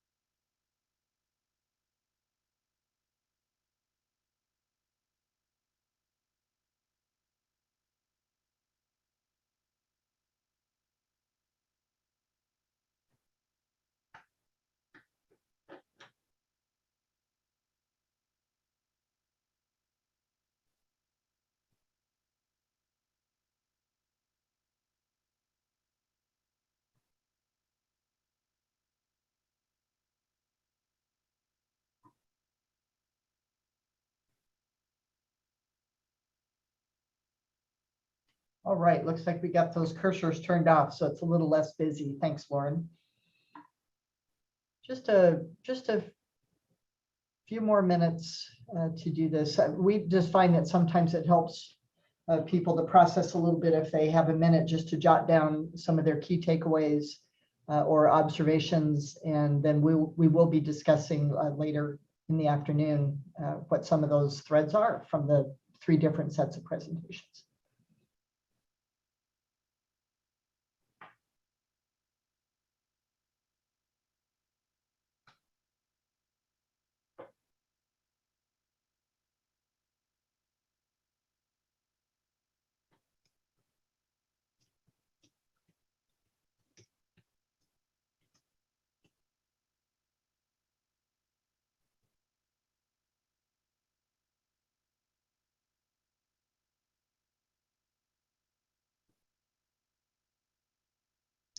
And again, if you want to add something, but you're struggling a little bit with the mural board, just drop it in a chat to Lauren and she will be happy to note that for you.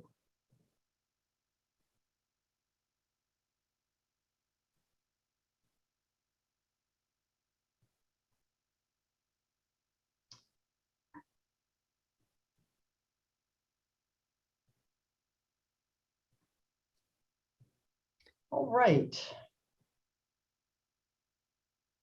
I think we'll go ahead, just looking at the action on the board. Please feel free to continue to add as you wish.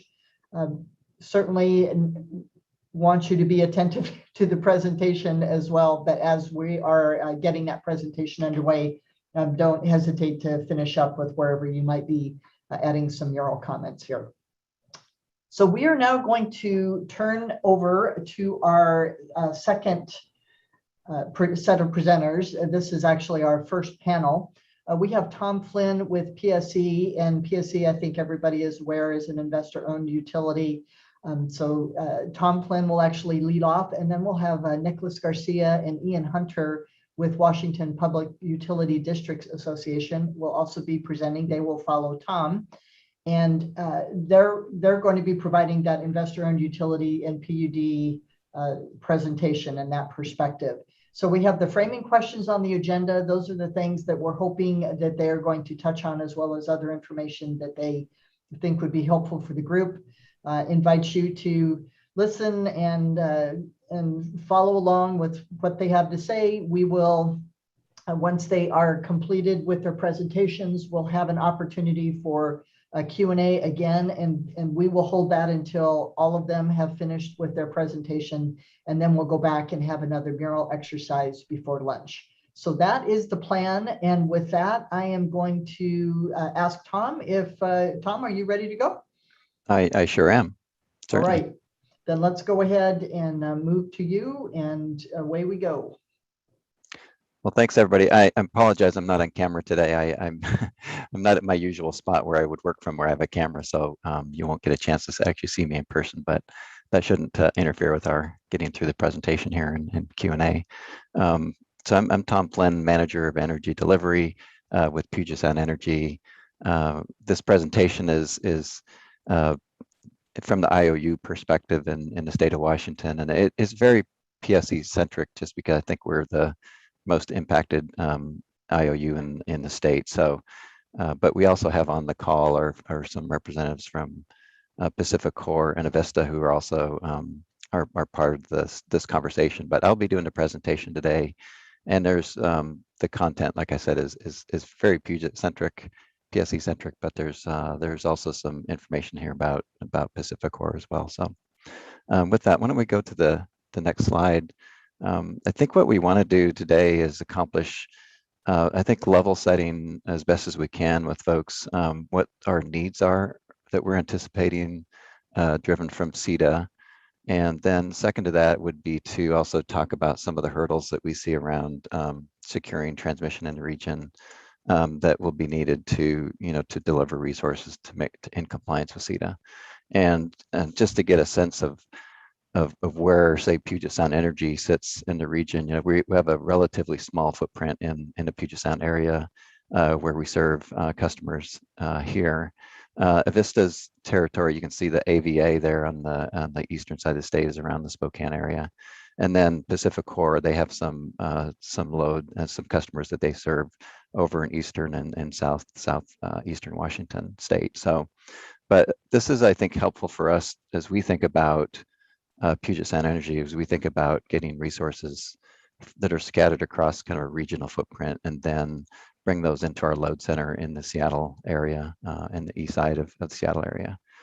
Each one of these, the BPAT, that's BPA transmission, that's the blue. We rely pretty heavily on Bonneville Power for their transmission to deliver resources into our service territory, and going forward, that will likely continue to be the case.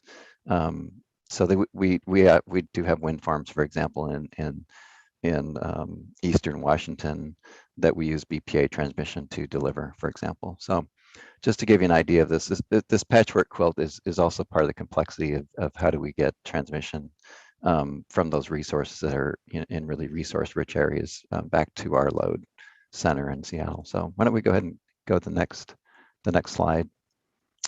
Some of these next few slides really came from from information from PSE's 2021 IRP, and on this chart or on this map, you can see where the IRP team looked at resources that were to be modeled in the portfolio for 2021 and for the next 20 years out to through 2045. And in Western Washington, we have the potential for some solar and also for offshore wind once we get to the potential of where that actually could be developed. And then you get into Eastern Washington, solar and wind are really the largest potential resources. And then farther afield from Washington State is out into Wyoming, Montana, are really rich areas for wind. There's also solar potential out there as well, certainly. Same thing with Southern Idaho. And Oregon is also also has some of those similar resources, although they're probably fairly similar to what we see in Washington State. So just to get a general sense, as we're thinking about transmission, is going to be figuring out how do we secure the additional transmission or build new transmission to get to some of these areas in the region that we know are rich with renewable resources. So if we hit our next slide. There we go. So this is a map that shows kind of two main areas of transmission in the region, and there's more than these, but these are the main ones that we kind of think about. So the orange lines are transmission lines that Bonneville Power operates and has in the region. A lot of that, the way those lines right now are really going from, say, resource-rich areas from what's currently built and or is planned to be built. And then, for us, for the PSE, you'll see that there's some cross cascade lines that come into the Puget Sound area, and that serves not just PSE, but also Seattle City Light, SNOPUD, some other entities who are in the region. So we ourselves, PSE has some transmission lines, and you can see that runs mainly kind of up and down the I-5 corridor area. From the BC border, down to, say, the Tacoma area. And then we have a line that also goes across the Cascades over into the mid-Columbia area. So I think as we're thinking about in the future, how much of this can be kind of reutilized or repurposed for resources that are, say, near these transmission lines, these, say, new renewable resources. And then absent that, what else might need to be built, in order to get from, say, some of these resource areas into Puget Sound area once these lines really reach their full capacity. But I hope this gives you a sense of the scale of the lines. And I'm sure that Bonneville Power could say how many miles of lines that they have, and I don't know at the top of my head what that is, but it's probably over 10 to 15, 20,000 miles of lines, something like that. So why don't we go to our next slide. This is in the modeling for the 2021 IRP. We, in terms of thinking through where would be resources and how they kind of align today with some of the transmission that we see in the region, our team and the IRP team kind of worked together to see what we could, how we would want to think about and model some of these resource-rich regions for renewables in the area. And so we have the Western Washington, which I mentioned. The Southern Washington, you have a lot of potential down around the gorge. There's already quite a bit of wind in that area as well, some solar. Central Washington is probably more solar centric with some wind. And then you get into kind of the Southeast Washington area, which is where we have a couple of wind farms already.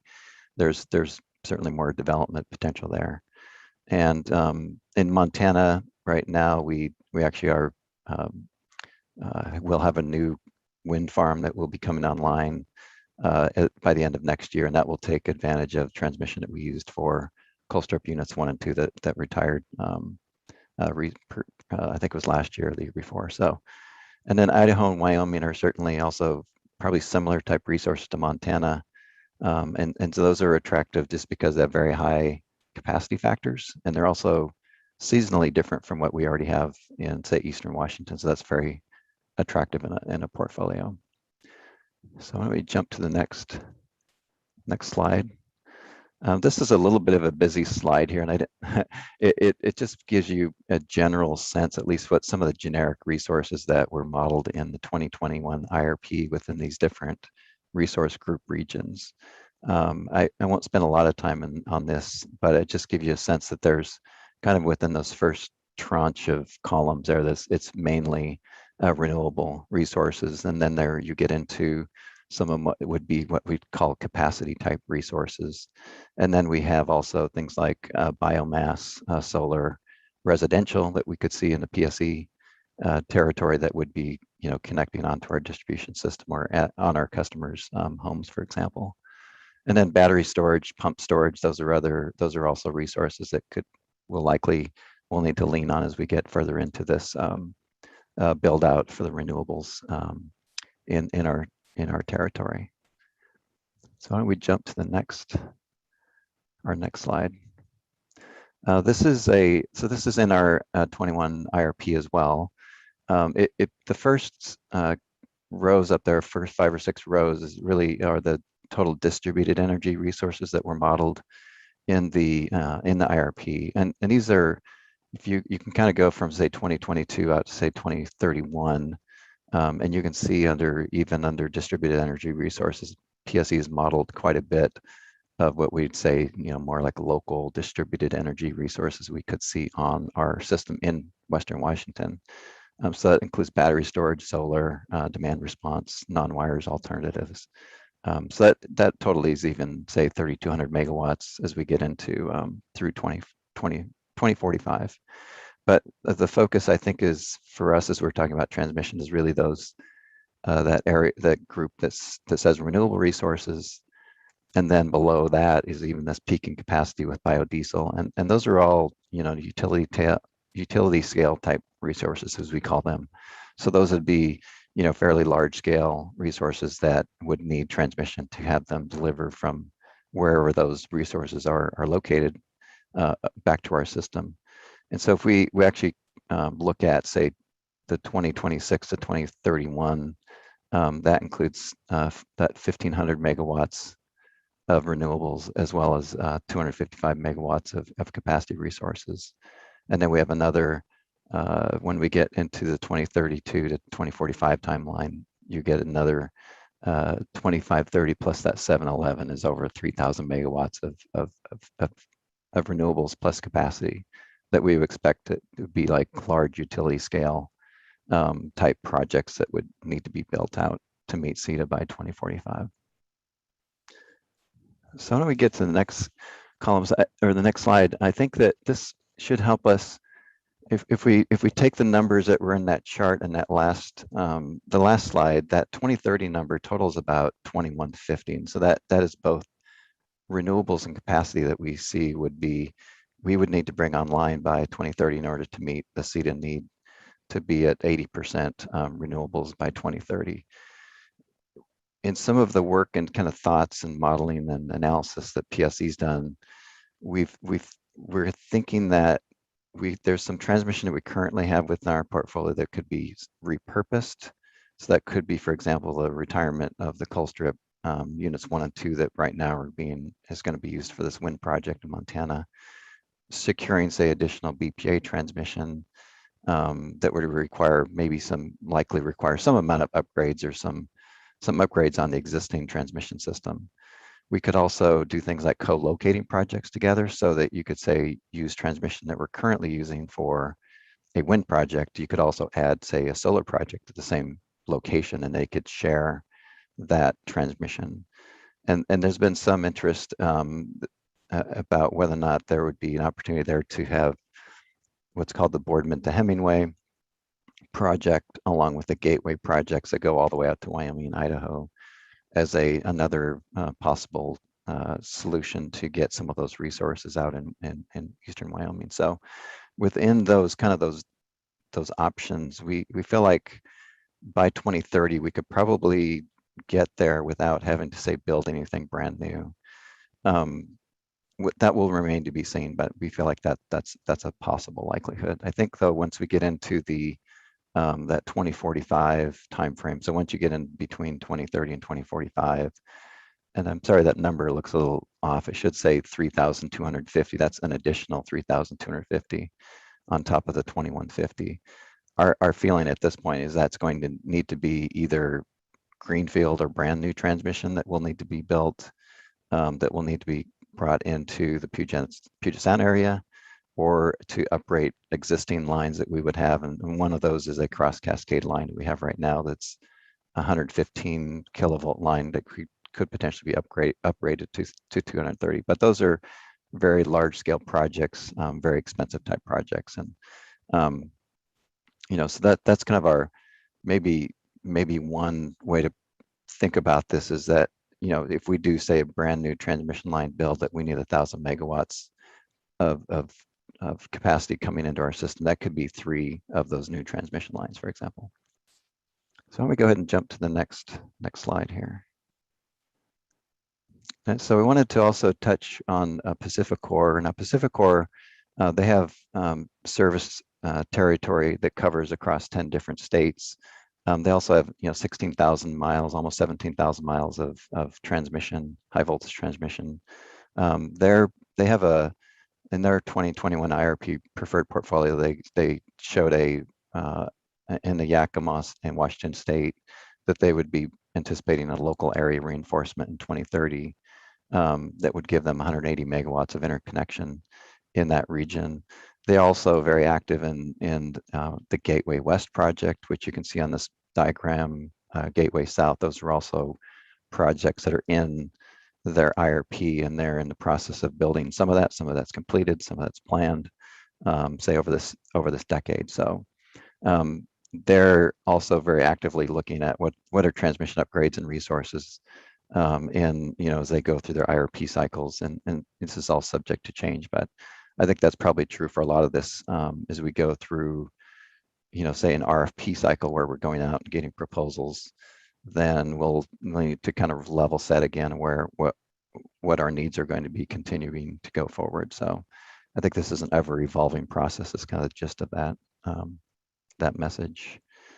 And then why don't we go to the next slide so we can talk a little bit about and we can get into through this in the Q&A as well, but some of the hurdles for new transmission under CETA. And we didn't want to spend a lot of time, I think, talking about some of the issues that I think this group has already had some discussions about with permitting, et cetera, but maybe highlight some of the other topics beyond that. So these are, especially for new transmission projects, they're multi-billion-dollar projects. So, having the capital financing available and who is going to be building those projects are certainly challenges.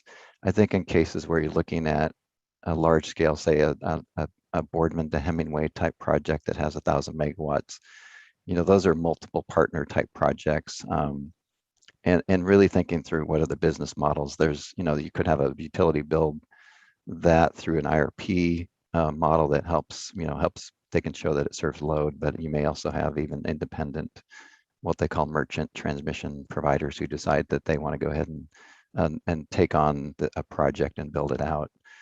There's also just challenges around prudency and rate recovery, and some of that just because these are 10 to 20 year projects. and there's risk, along the way in terms of how they can be permitted and cited and funded and everything. So there's, these are long projects, and the rate recovery and prudency process can be complicated. Us as IOUs working with our utility commissions is to make sure that we have, good prudency in place. We're making decisions that make sense, for our customers. There's also some FERC regulatory processes that need to work through those as well at the same time. There's a regional planning order that requires all the transmission providers within a region to, and somebody mentioned, I think in the last section, Northern Grid, so they do all the regional planning. So any projects that are going to be built like this need to go also through those regional planning processes. And then last is just this, when we're looking at 10 to 20 year timelines for construction, if we're looking at, say, we need 3,000 megawatts of new transmission by 2045, it's really like we need to start initiating projects in the 2020s so they could potentially be online and in operation in that time frame. So those are longer timelines and hurdles that we, I think we recognize. But when we go to the next slide, I think this is just to give everybody a general sense of cost on these transmission lines. And this is really just a simple kind of cost calculator that we have for members from WEC, but this is kind of basic information, and your mileage may vary, or actually cost may vary, but it just kind of at least gives maybe folks a sense of what the cost per mile is that you might have for these different types of transmission lines, anywhere from 1.6 million per mile for a 230 kV transmission up to 500 kV. That gets up to $3.6 million. Substations, you can see those costs there, but I think some of the other cost drivers could be, do you need to go over a really significantly challenging terrain to get through, building this out? What's the routes look like? They could be somewhat convoluted if you're having to avoid certain environmentally sensitive areas, things like that. So those are things that could also add cost on as well. And then last slide I think we've got here I mentioned the Boardman to Hemingway project, the B2H project. I think this is a really great example of something that's in flight. And just give you a bit of history. This is a 500 kV line. It's 290 miles. So it goes from Eastern Oregon down to southwestern Idaho. So this originally started back in 2006. They're estimating right now the in-service date will be 2026. So it's been about a 20-year build. And I know that there's been a lot of, because it goes across so many different areas and so many different jurisdictions, they've had a lot of permitting work that has had to be done in order to get this built.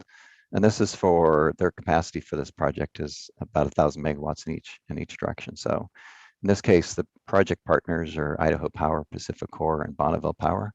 And this is, I think, a really good example where you've got separate entities who are coming in to really build this project out, and it's driven by each entity's need that they see benefit for their customers to be able to build this line. And then the project cost, as you see, is $1.2 billion, and that's a heavy lift for, say, a single entity to bear. So it depends upon the size of the IOUs or the developer. So anyway, I think that's a really good example. I think it probably helps give everybody an idea. If we were to say, in Puget Sound area, Puget Sound Energy's case, had to say get another 3,000 megawatts of transmission into, say, the Puget Sound area, it could be something akin to like three different sort of B2H type projects. That might be a good way to think about it. I think with that, those are the slides that I had, and looking forward to Q&A. I think I can hand it over to Nicholas and Ian for them to cover their information, and then we can do some Q&A.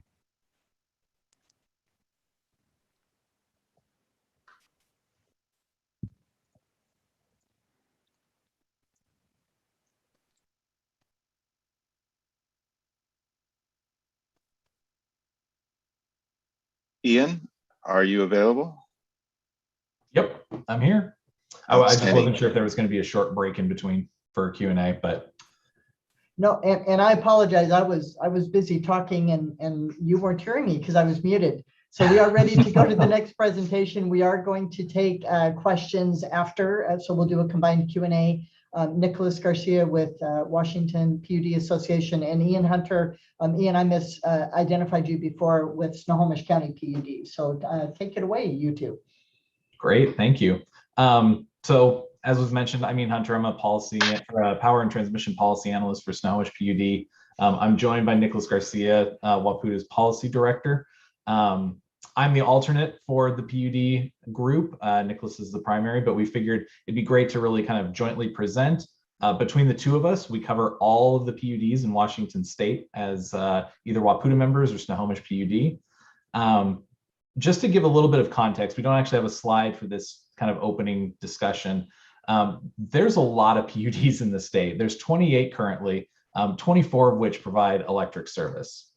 And electric service isn't the only thing that PUDs provide. Just to give a little bit of background, Snohomish, for example, has a water utility as well. Others have wastewater, and some even provide internet access. So public utility districts are kind of an embedded part of the state and represent a good chunk of the state population.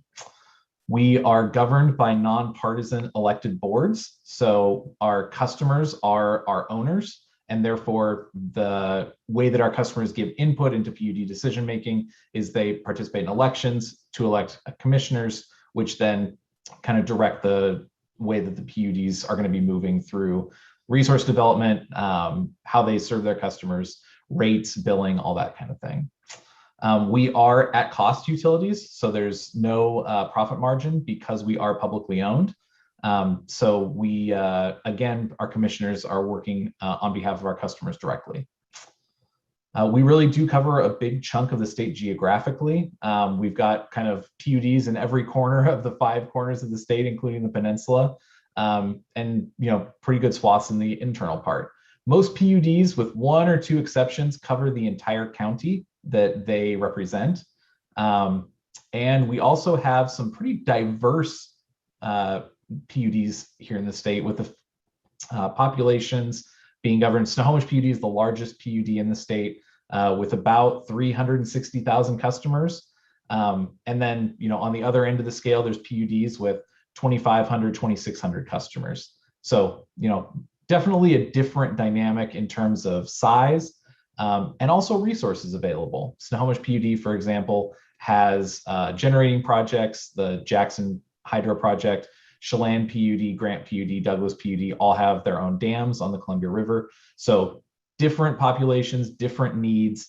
Just kind of wanted to highlight that here at the front of the slide deck before we jump in, to kind of say, PUDs are kind of a diverse group. And while we all share a lot of the same concerns, there can be some different utilities in different positions that have different needs.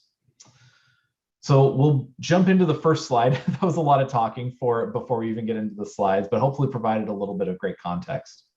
What we're hoping to talk about today, we're going to take it maybe up a level from the great information that Tom provided.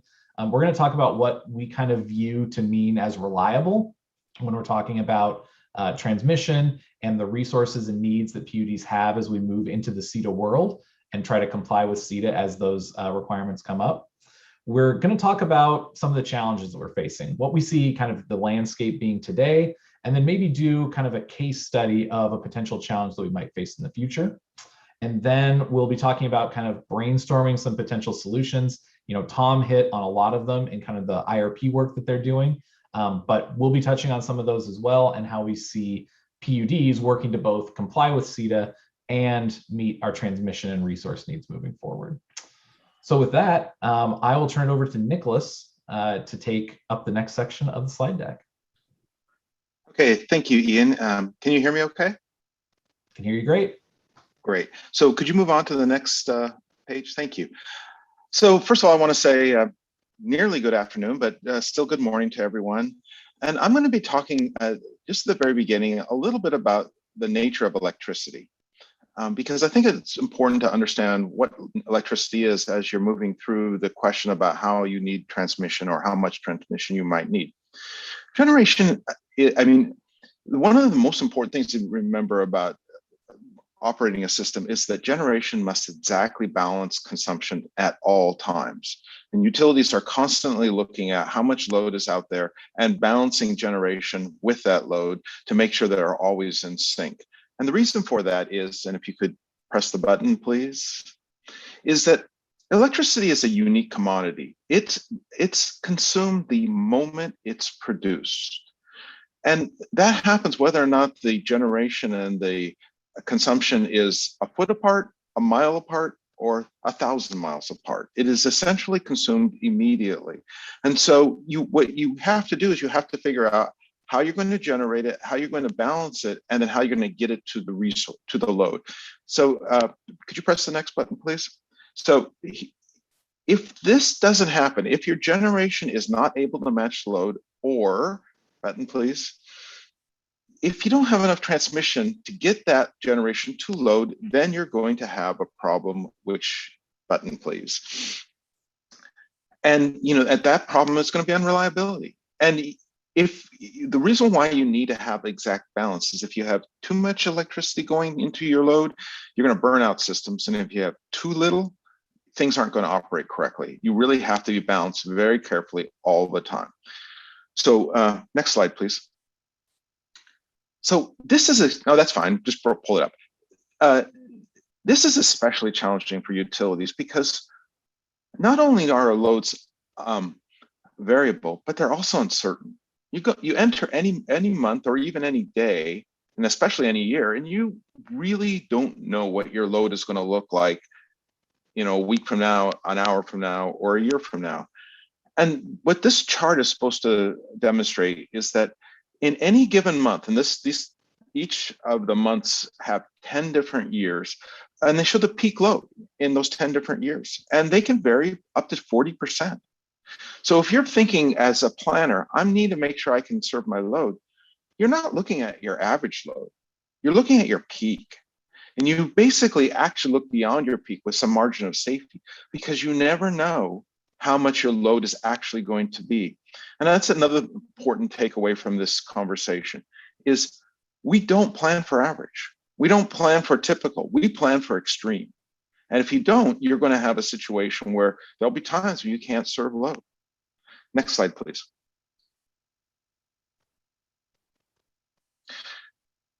But one of the challenges facing public utilities, or any utility for that matter, is that traditionally we've relied on historical loads and historical generation, and we will perhaps apply some trends to that and say, okay, this is what we need to kind of plan for in the extreme level.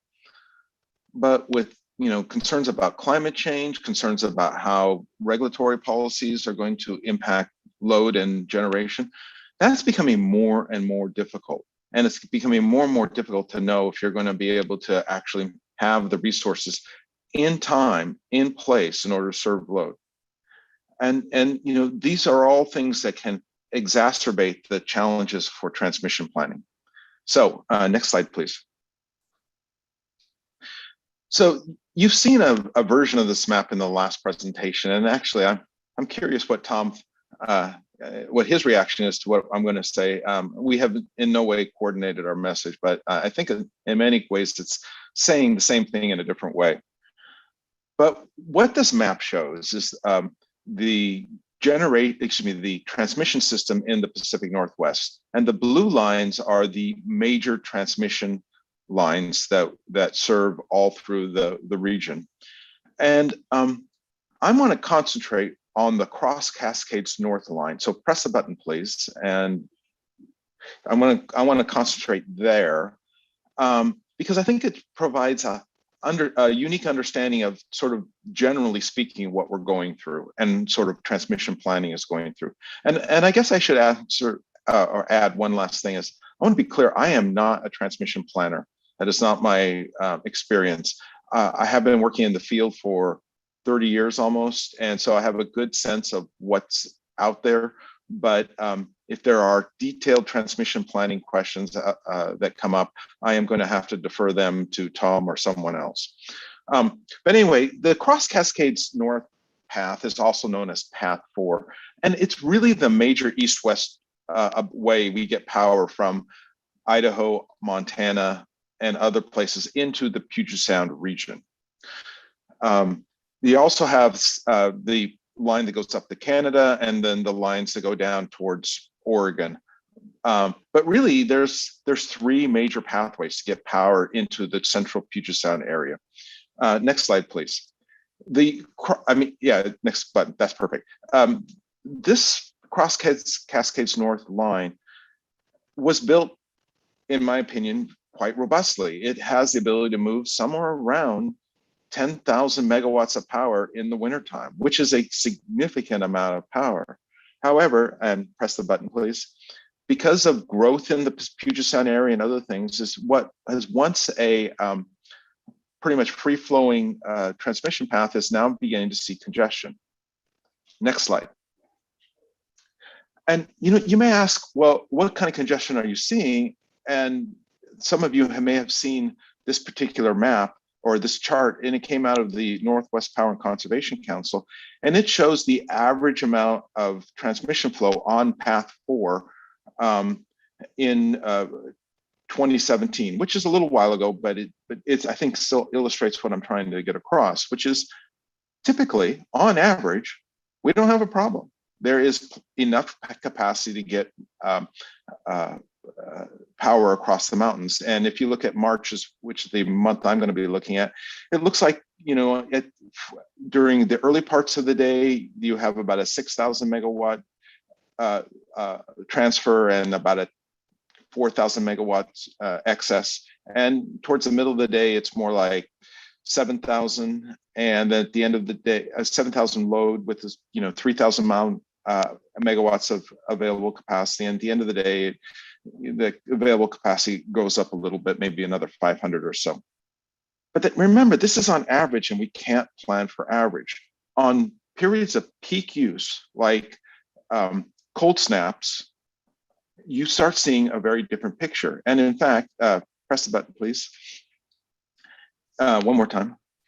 What we've seen not that long ago in 2019 and in 2020, periods of time when the actual flow into that line not only approached, but at least a couple of hours has exceeded its design capacity. So it's going, too much power is flowing, or more power is flowing than is deemed to be appropriate in that line. And this is the kind of thing that may not happen all the time, but when it happens, we could have some significant problems. Next slide, please. But that was like I said, back in 2019, but we're also facing certain changes that we're going to have to address. One, we're seeing a decrease in West Side generation due to public policy requirements of CETA, with the Clean Energy Transformation Act, and we'll also see an increase in West Side demand, presuming the state energy strategy is enacted. Next slide. So next slide. Yeah, thank you. So the first point I want to talk about is West Side generation, and point out that we have 17 major plants. This map is a little old. One of the Centralia units is no longer operating, so that number would be just Centralia and 730 megawatts, not 730 megawatts twice. But other than that, we have 17 major plants operating in the west of the Cascade Mountain Range, and those plants are going to find themselves being operated less and less as a result of CETA. And could you press the button, please? And what CETA requires is us to move to being energy neutral by 2030, which allows up to 20% of thermal generation, and energy no thermal energy by 2045. And so we have a situation where our ability to move power into the Puget Sound region is limited, and yet the generation we produce in the Puget Sound region is going to go down. Next slide, please. And one more time. And the other thing we're dealing with, as I pointed out a moment ago, is the state energy strategy, which basically calls for the electrification of all transportation and buildings over the next 20 years or 30 years. And as that goes on, our load is going to increase significantly, or demand for electricity will increase significantly. Button, please. To the point that, virtually double.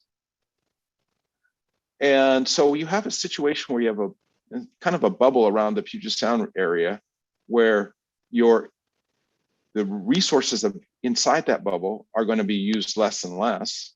The load inside that bubble is going to be used more and more. And our current ability with our current transmission system to move power into the area is approaching its limit in periods of peak. And if I would assert that if these sorts of things are actually enacted, it's not going to be just at peak, it's going to be much more frequent. And unless we build new transmission or find another way to bring power to this particular area, we're going to end up in a situation where we are no longer able to provide a reliable system. And with that, I will turn it over to Ian again. Great, thanks, Nicholas. If we can move to the next slide, I will bookend our conversation here. Nicholas really highlighted kind of those challenges that we're facing. Cross Cascades North is an example of the challenges that we're facing, where changing generation patterns, changing demand patterns could exacerbate transmission issues on the system that are either currently existing or create brand new transmission challenges. And that's part of why we're all here today, to try and identify where that might happen and how we might address it. We're hoping to brainstorm just a little bit, throw out some ideas. As we're looking at the Cross Cascades North issue, decreasing generation on the west side, increasing demand, those both exacerbate the problem. But conversely, you can turn that around and say, if those are increasing the problem, what can we do to potentially start ameliorating that problem? What can we do to potentially reverse that dynamic? One potential way is to reduce the west side demand.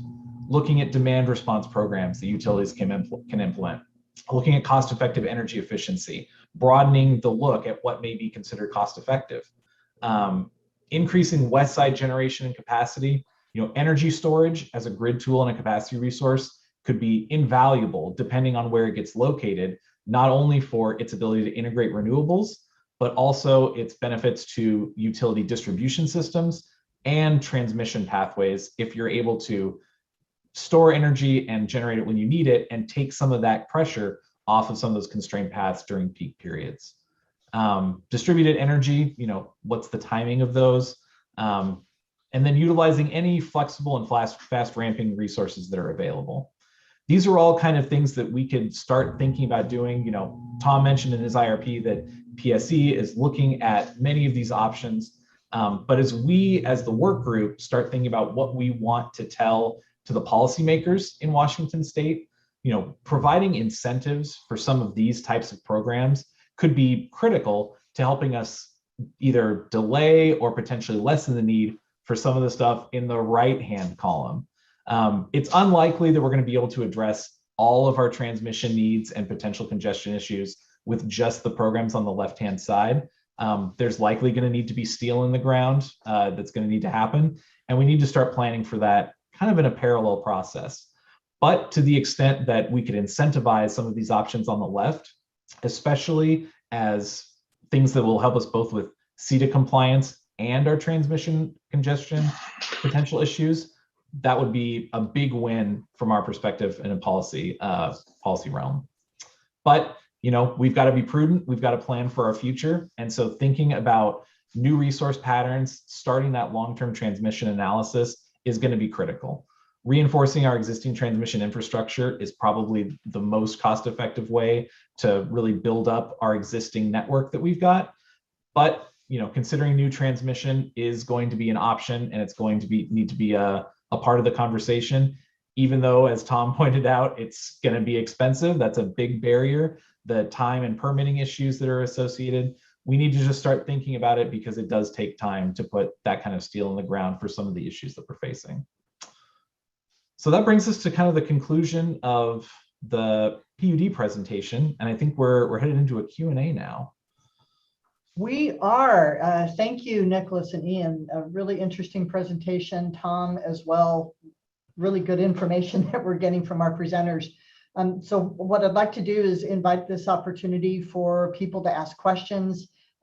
Tom has some folks with him from Avista and others. So Brian Fritz, Randy Baker, and John Rothlin, I think, are also available to answer questions if Tom lobs a question over to them. So are there any questions that any of the members have? And if so, if you just want to raise your hand or wave it at me, I will keep an eye out. Amir. Thank you, Susan. The question is for Nicholas. So are the demand figures that you showed specific to PUD members, or is that more of an overall assessment?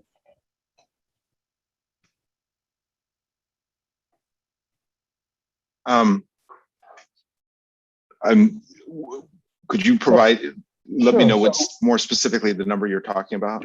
For example, 45% increase in demand from transportation electrification. So okay. Yeah, no, actually, there's another member here who probably could answer that better, Glenn Blackman. Those numbers came out of the state energy strategy. So I just reported what I understood to be the numbers that had been developed in a different process. Okay, I think that answers my question. Thank you. Okay. Thanks for that. And Glenn, if you have anything to add to that, please feel free to hop in and do that. Other questions? I've got a question here, so I'll go ahead as others are thinking. Sure. But I'm interested in the difference. I heard quite a bit about reinforcing existing transmission and upgrading existing lines, and I want to explore, are there differences in siting processes? Because even though there can be siting with FSEC, we haven't seen it, so I don't have direct experience. But I want to explore how different are those processes? Are they different? Do they face different hurdles, or are they pretty much the same? Well, I'll take a shot at this. This is Tom.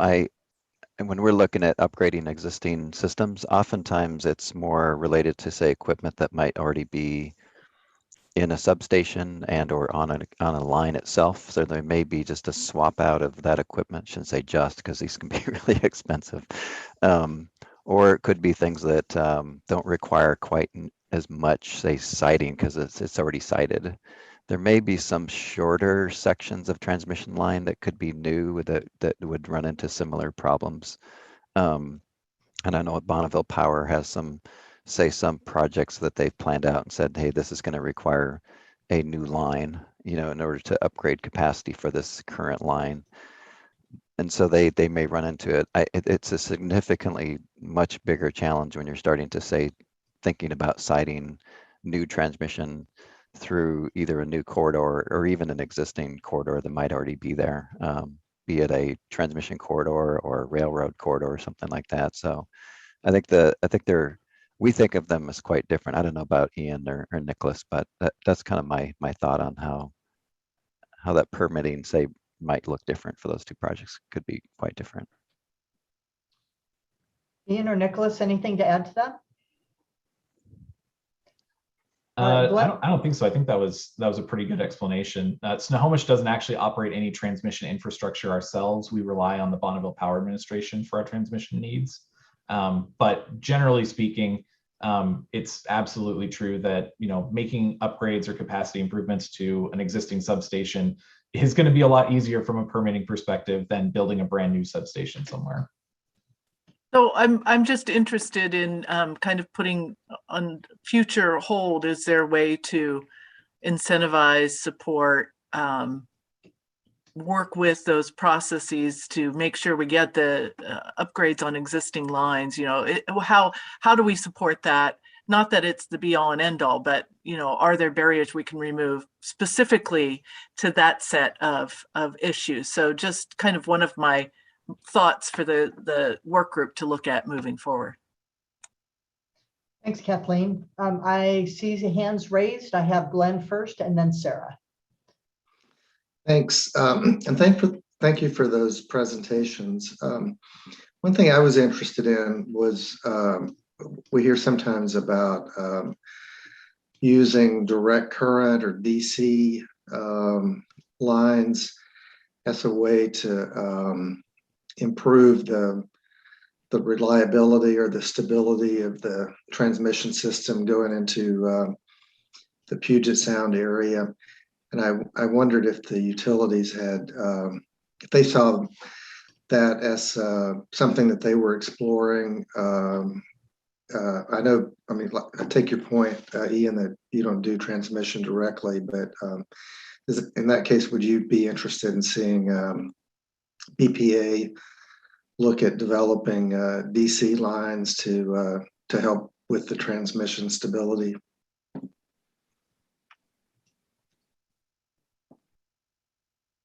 So go ahead, Nicholas. Oh, I will just say that I would hope that the people who joined with Tom can answer that question, being electrical engineers. I would want the most efficient, most effective, most cost reasonable solution. And if it's DC current, then that's fine. I'm not looking for a particular type of technology in order to make sure we can meet our load, just that, you know, the addition of capacity so that we can meet our load. This is Brian Fritz with Pacific Core. Go ahead, Brian. So a DC line doesn't necessarily add reliability to the system. A DC line is used as an express line, whereas an AC line, you can tap that line and serve load along the route. A DC line, you go from point A to point B. It can carry large amounts of megawatts, usually 3,000 to 5,000 megawatts, depending on what you build. But there's no offtake midpoint. And so they're more expensive than AC lines. And the expense comes from the conversion from AC to DC, because you have to convert it to get to your load. So where they make sense, and it would make sense from, you know, Eastern Washington, Idaho to, you know, the Puget Sound area, because you're going, you know, long miles. And I forget the exact break point. I used to know the number, but it's somewhere in the 300 or 400 mile range where the break even point is that it makes sense to build DC. So to answer your question, yes, it is an option, but it all comes down to economics. Thanks, Brian. And Sarah, are you wanting to respond to this as well from PSE? Yeah, I was wanting to follow up on Chair Drew's question about differences between siting upgrades versus new transmission lines. Just to point out that PSE's recent experience with Energize Eastside has shown that even siting upgrades in existing corridors is very difficult and protracted. And, you know, we're 8 years in following, you know, kind of the initial needs study saying that the project is needed, and we're still confronting significant opposition based on aesthetics and ideas that we're intensifying the use by having taller poles in the same place. And so although Tom's very correct in saying that siting new transmission lines has just a greater impact, and so there are more hurdles on that end, I think there's significant improvements that can be made on how to permit and review and consolidate permitting on transmission upgrades. That it's by no means a given, and you know, a lot of the communities that we go through are resource rich and sophisticated, and it's just very difficult to get necessary upgrades. Thank you. Thanks, Sarah. All right, I'm going to hop over to Anders. And Anders, you have a question? Oh, I just had a comment too on the question about the DC and the Cross Cascades North. BPA has identified kind of a smaller fixed project that would add some substation equipment that might be able to get a few hundred more megawatts of transfer capability out of that path. But I think beyond that, if the time came where we were needing thousands of megawatts more, I think we'd be open to looking at what are the technically viable options to in terms of the larger scale rebuilds, and it really would be kind of on a case by case basis. But I kind of agree with Brian. Usually where the DC tends to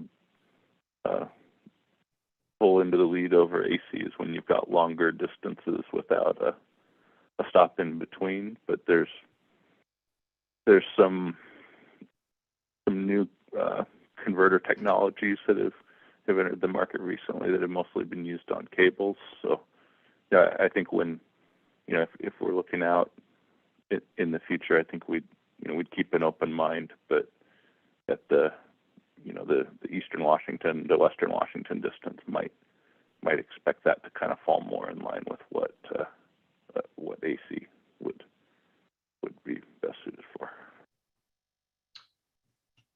All right, thanks, Anders. So we are just starting to tip over the 12 o'clock range here. I want to hop over to Rob as an earlier presenter, give him an opportunity. And then Don, if you are coordinating with Dana, just trying to keep the questions through members or presenters here, but would be very, very happy to get your question out there. Rob, please go ahead. Yeah, thanks. The Columbia River Treaty between the United States and Canada has entitlement provisions. The United States right now pays British Columbia in the neighborhood of $200 million a year in various energy service forms, I believe.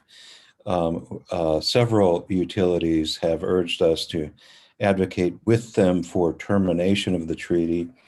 I believe that, but don't know that termination might involve the construction of transmission for delivering the power instead of the payment to Canada, or at least that's an option. And the infrastructure bill gives BPA some money to do some transmission planning. Are you guys, the question is, sorry for the long-winded preface, are you taking into account, to what extent are you taking into account changes in the relationship between Canada and the United States in terms of the obligations of the parties and Columbia River energy, the Columbia River energy situation? You don't have to answer it now. I don't want to take up people's time, but just want to plant that seed. Sure. No, appreciate that. Anyone from Tom or Nicholas or Ian want to speak to that? I do not know enough about the treaty to speak to that question. I don't either, and I have to defer to others in the company who are more closely tied to that one for sure. Okay, so we're going to hang on to that question and keep that as something that warrants some further contemplation. Dana, I see your hand is up. How about we give you the last question here, and then we'll wrap up for lunch. It also may be that Anders has a comment on that question. Oh, okay. I didn't see his hand go down, so I'm sorry. I was thinking. Yeah, sorry, that was I'd raise it again on the Columbia River Treaty. Okay, so hold on. Let me go to Dana, and then I'll come back to you, Anders. Okay, thank you, and thank you for this presentations. It's most interesting, but I have a couple questions regarding solar projects. How much acreage would be required for a solar project? And how much does a utilities have to use for a solar project? Tom, was that, oh, pardon me. Go ahead, Dana. Oh, and then another question in regards to the permits for the transmission lines. Are the state permits required to build or upgrade the transmission lines? Okay. Thank you. That's my questions. Great, thanks, Dana. I'm going to lean over to Tom here and who might be able to answer that about solar projects. That first question. Generally, Tom, do you have any notion of how much acreage is required, or give some kind of magnitude there? I'm not off the top of my head, unfortunately. Tom, this is John Rothland from Avista. Oh, great, I might just jump in. So Avista developed a 20 megawatt project, 80,000 panels a couple years ago in Adams County, and a project that size was 200 acres. Wow. Okay. And if I could just also chime in for a second. I mean, one of the things to keep in mind is that solar produces power obviously when the sun's out, and if demand is consistent with that, like it often is in areas that have high air conditioning load, that's a very good thing, and it really helps utilities meet their load. But in much of the western part of Washington State, our load peaks in the middle of the winter and the summertime. Middle of the winter at nighttime. And for obvious reasons, the amount of solar that you could rely on at that point is very close to zero without substantial also investments in batteries. And so it really makes it economically challenging. Okay, thanks, Nicholas. So Dana's second question was around permits for transmission lines, and are state permits required to upgrade? I think that's what I heard you say, to upgrade, Dana, or build new? Yes. Okay. I can partially handle. Oh, Tom, I'll let you do it too. But I was going to defer to others who have been in the the trenches and doing this. So what I would say is there aren't specifically state permits required, but there are SEPA, our State Environmental Policy Act, that depending on what government the transmission line builder chooses to go to would have to follow the SEPA rules. There are permissions to go through FSEC, but we don't generally see transmission projects coming to us. So with that, I'd actually ask others in the presenting if there's more they'd like to say on that. Thanks, Kathleen. Anyone to add to that? This is Brian Fritz with Pacific Corp. A couple of things on the solar footprint.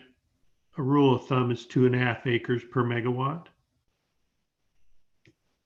And on the permitting side, if it's an existing line, it's not only what are the state or local permitting requirements, which you certainly have to follow, but you also have to look at what your existing permits and right-of-way agreements say. And so if those permits and agreements don't speak to rebuilding, making the line bigger, then you can't do it under the existing. You have to go out and you have to re-permit, renegotiate your right of way. It can be somewhat simpler because you're not creating a new footprint, but it's still kind of the same process. And especially if you get into the federal realm. We have many lines that are in service pre-NEPA, and so they weren't permitted under the federal, process. So if you want to go out and rebuild that line, you're going to be drove into the NEPA process, and you're going to have to permit them under that process. So it's almost like you've started from square one. Thanks, Brian. Very helpful. And I'm going to note that Glenn dropped in a link into the chat about a study to understand land requirements for large solar plants. So Dana, hopefully that information as well as some of the responses is helpful. And then did you get what you needed as far as the question around the permits, Dana? Yeah, I'm pretty good. Okay. And I'm happy to help build out that discussion too, if it's helpful, either in the group or separately with Dana to give kind of broader context. Okay. We might hold that additional discussion of that, and maybe just note that that's a conversation that still needs to happen in greater detail. Also want to note that Anders dropped in a link to the U.S. State Department on the Columbia River Treaty. So that might maybe in response a bit, Rob, to the question that you raised. And I know that people are probably anxious to head off to lunch, but Anders, just wondering, do you need to say anything about that link that you dropped in before we wrap up for lunch? Yeah, I just want to clarify that there's the treaty can be allows for either nation to terminate with 10 years notice. The United States Department of State is the one in charge from the U.S. side on the international negotiations. And then there's an additional agreement that was made that specifies that the delivery of the power that the U.S. returns to Canada, I believe it's 11/14, are delivered on the west side up near the border north of Bellingham, and then the other 3/14 are delivered over on the east side near Boundary Dam. So that was the provision that we're currently operating under. Thanks, Anders. Appreciate you checking into that. Okay, don't see any additional hands up here, so I think we're going to go ahead and wrap up for lunch. And the reason that I'm showing you the screen that says Mural Exercise when what you really want to do is go to lunch is I'm going to ask Lauren to drop in the link to that mural board again. So same place that you were just a little bit ago after the presentation that Rob provided. And what we'd like you to do is, if you get a chance over lunch, as you're eating your sandwich, if you could just drop in some of your observations, takeaways. We have a portion on the mural board for you to do that, and we would really appreciate it if you could do that. So again, you just have to copy this link and drop it into your browser, and then add in whatever thoughts you have from this presentation and discussion into the section that is related to the utilities and the PUDs. So that is where we'll be at. Kathleen, shall we go ahead and we cut into our time a little bit for lunch, but are we good to come back at 1:30? I think that would be good if we can come back at 1:30. Very robust discussion, so I don't want to short us on the afternoon. So if that works for everyone, I think we'll just stick with our 1:30 time. Okay, great. Then please invite you to hop into the mural board, and as soon as we get back at 1:30, then we will move into our next panel. Thank you so much, and thank you, Nicholas and Ian and Tom and all of those that contributed to asking and answering questions in that after that panel. Have a great lunch. We will see you back here at 1:30. And for those that are live streaming, please join us back at 1:30 as well. Thank you.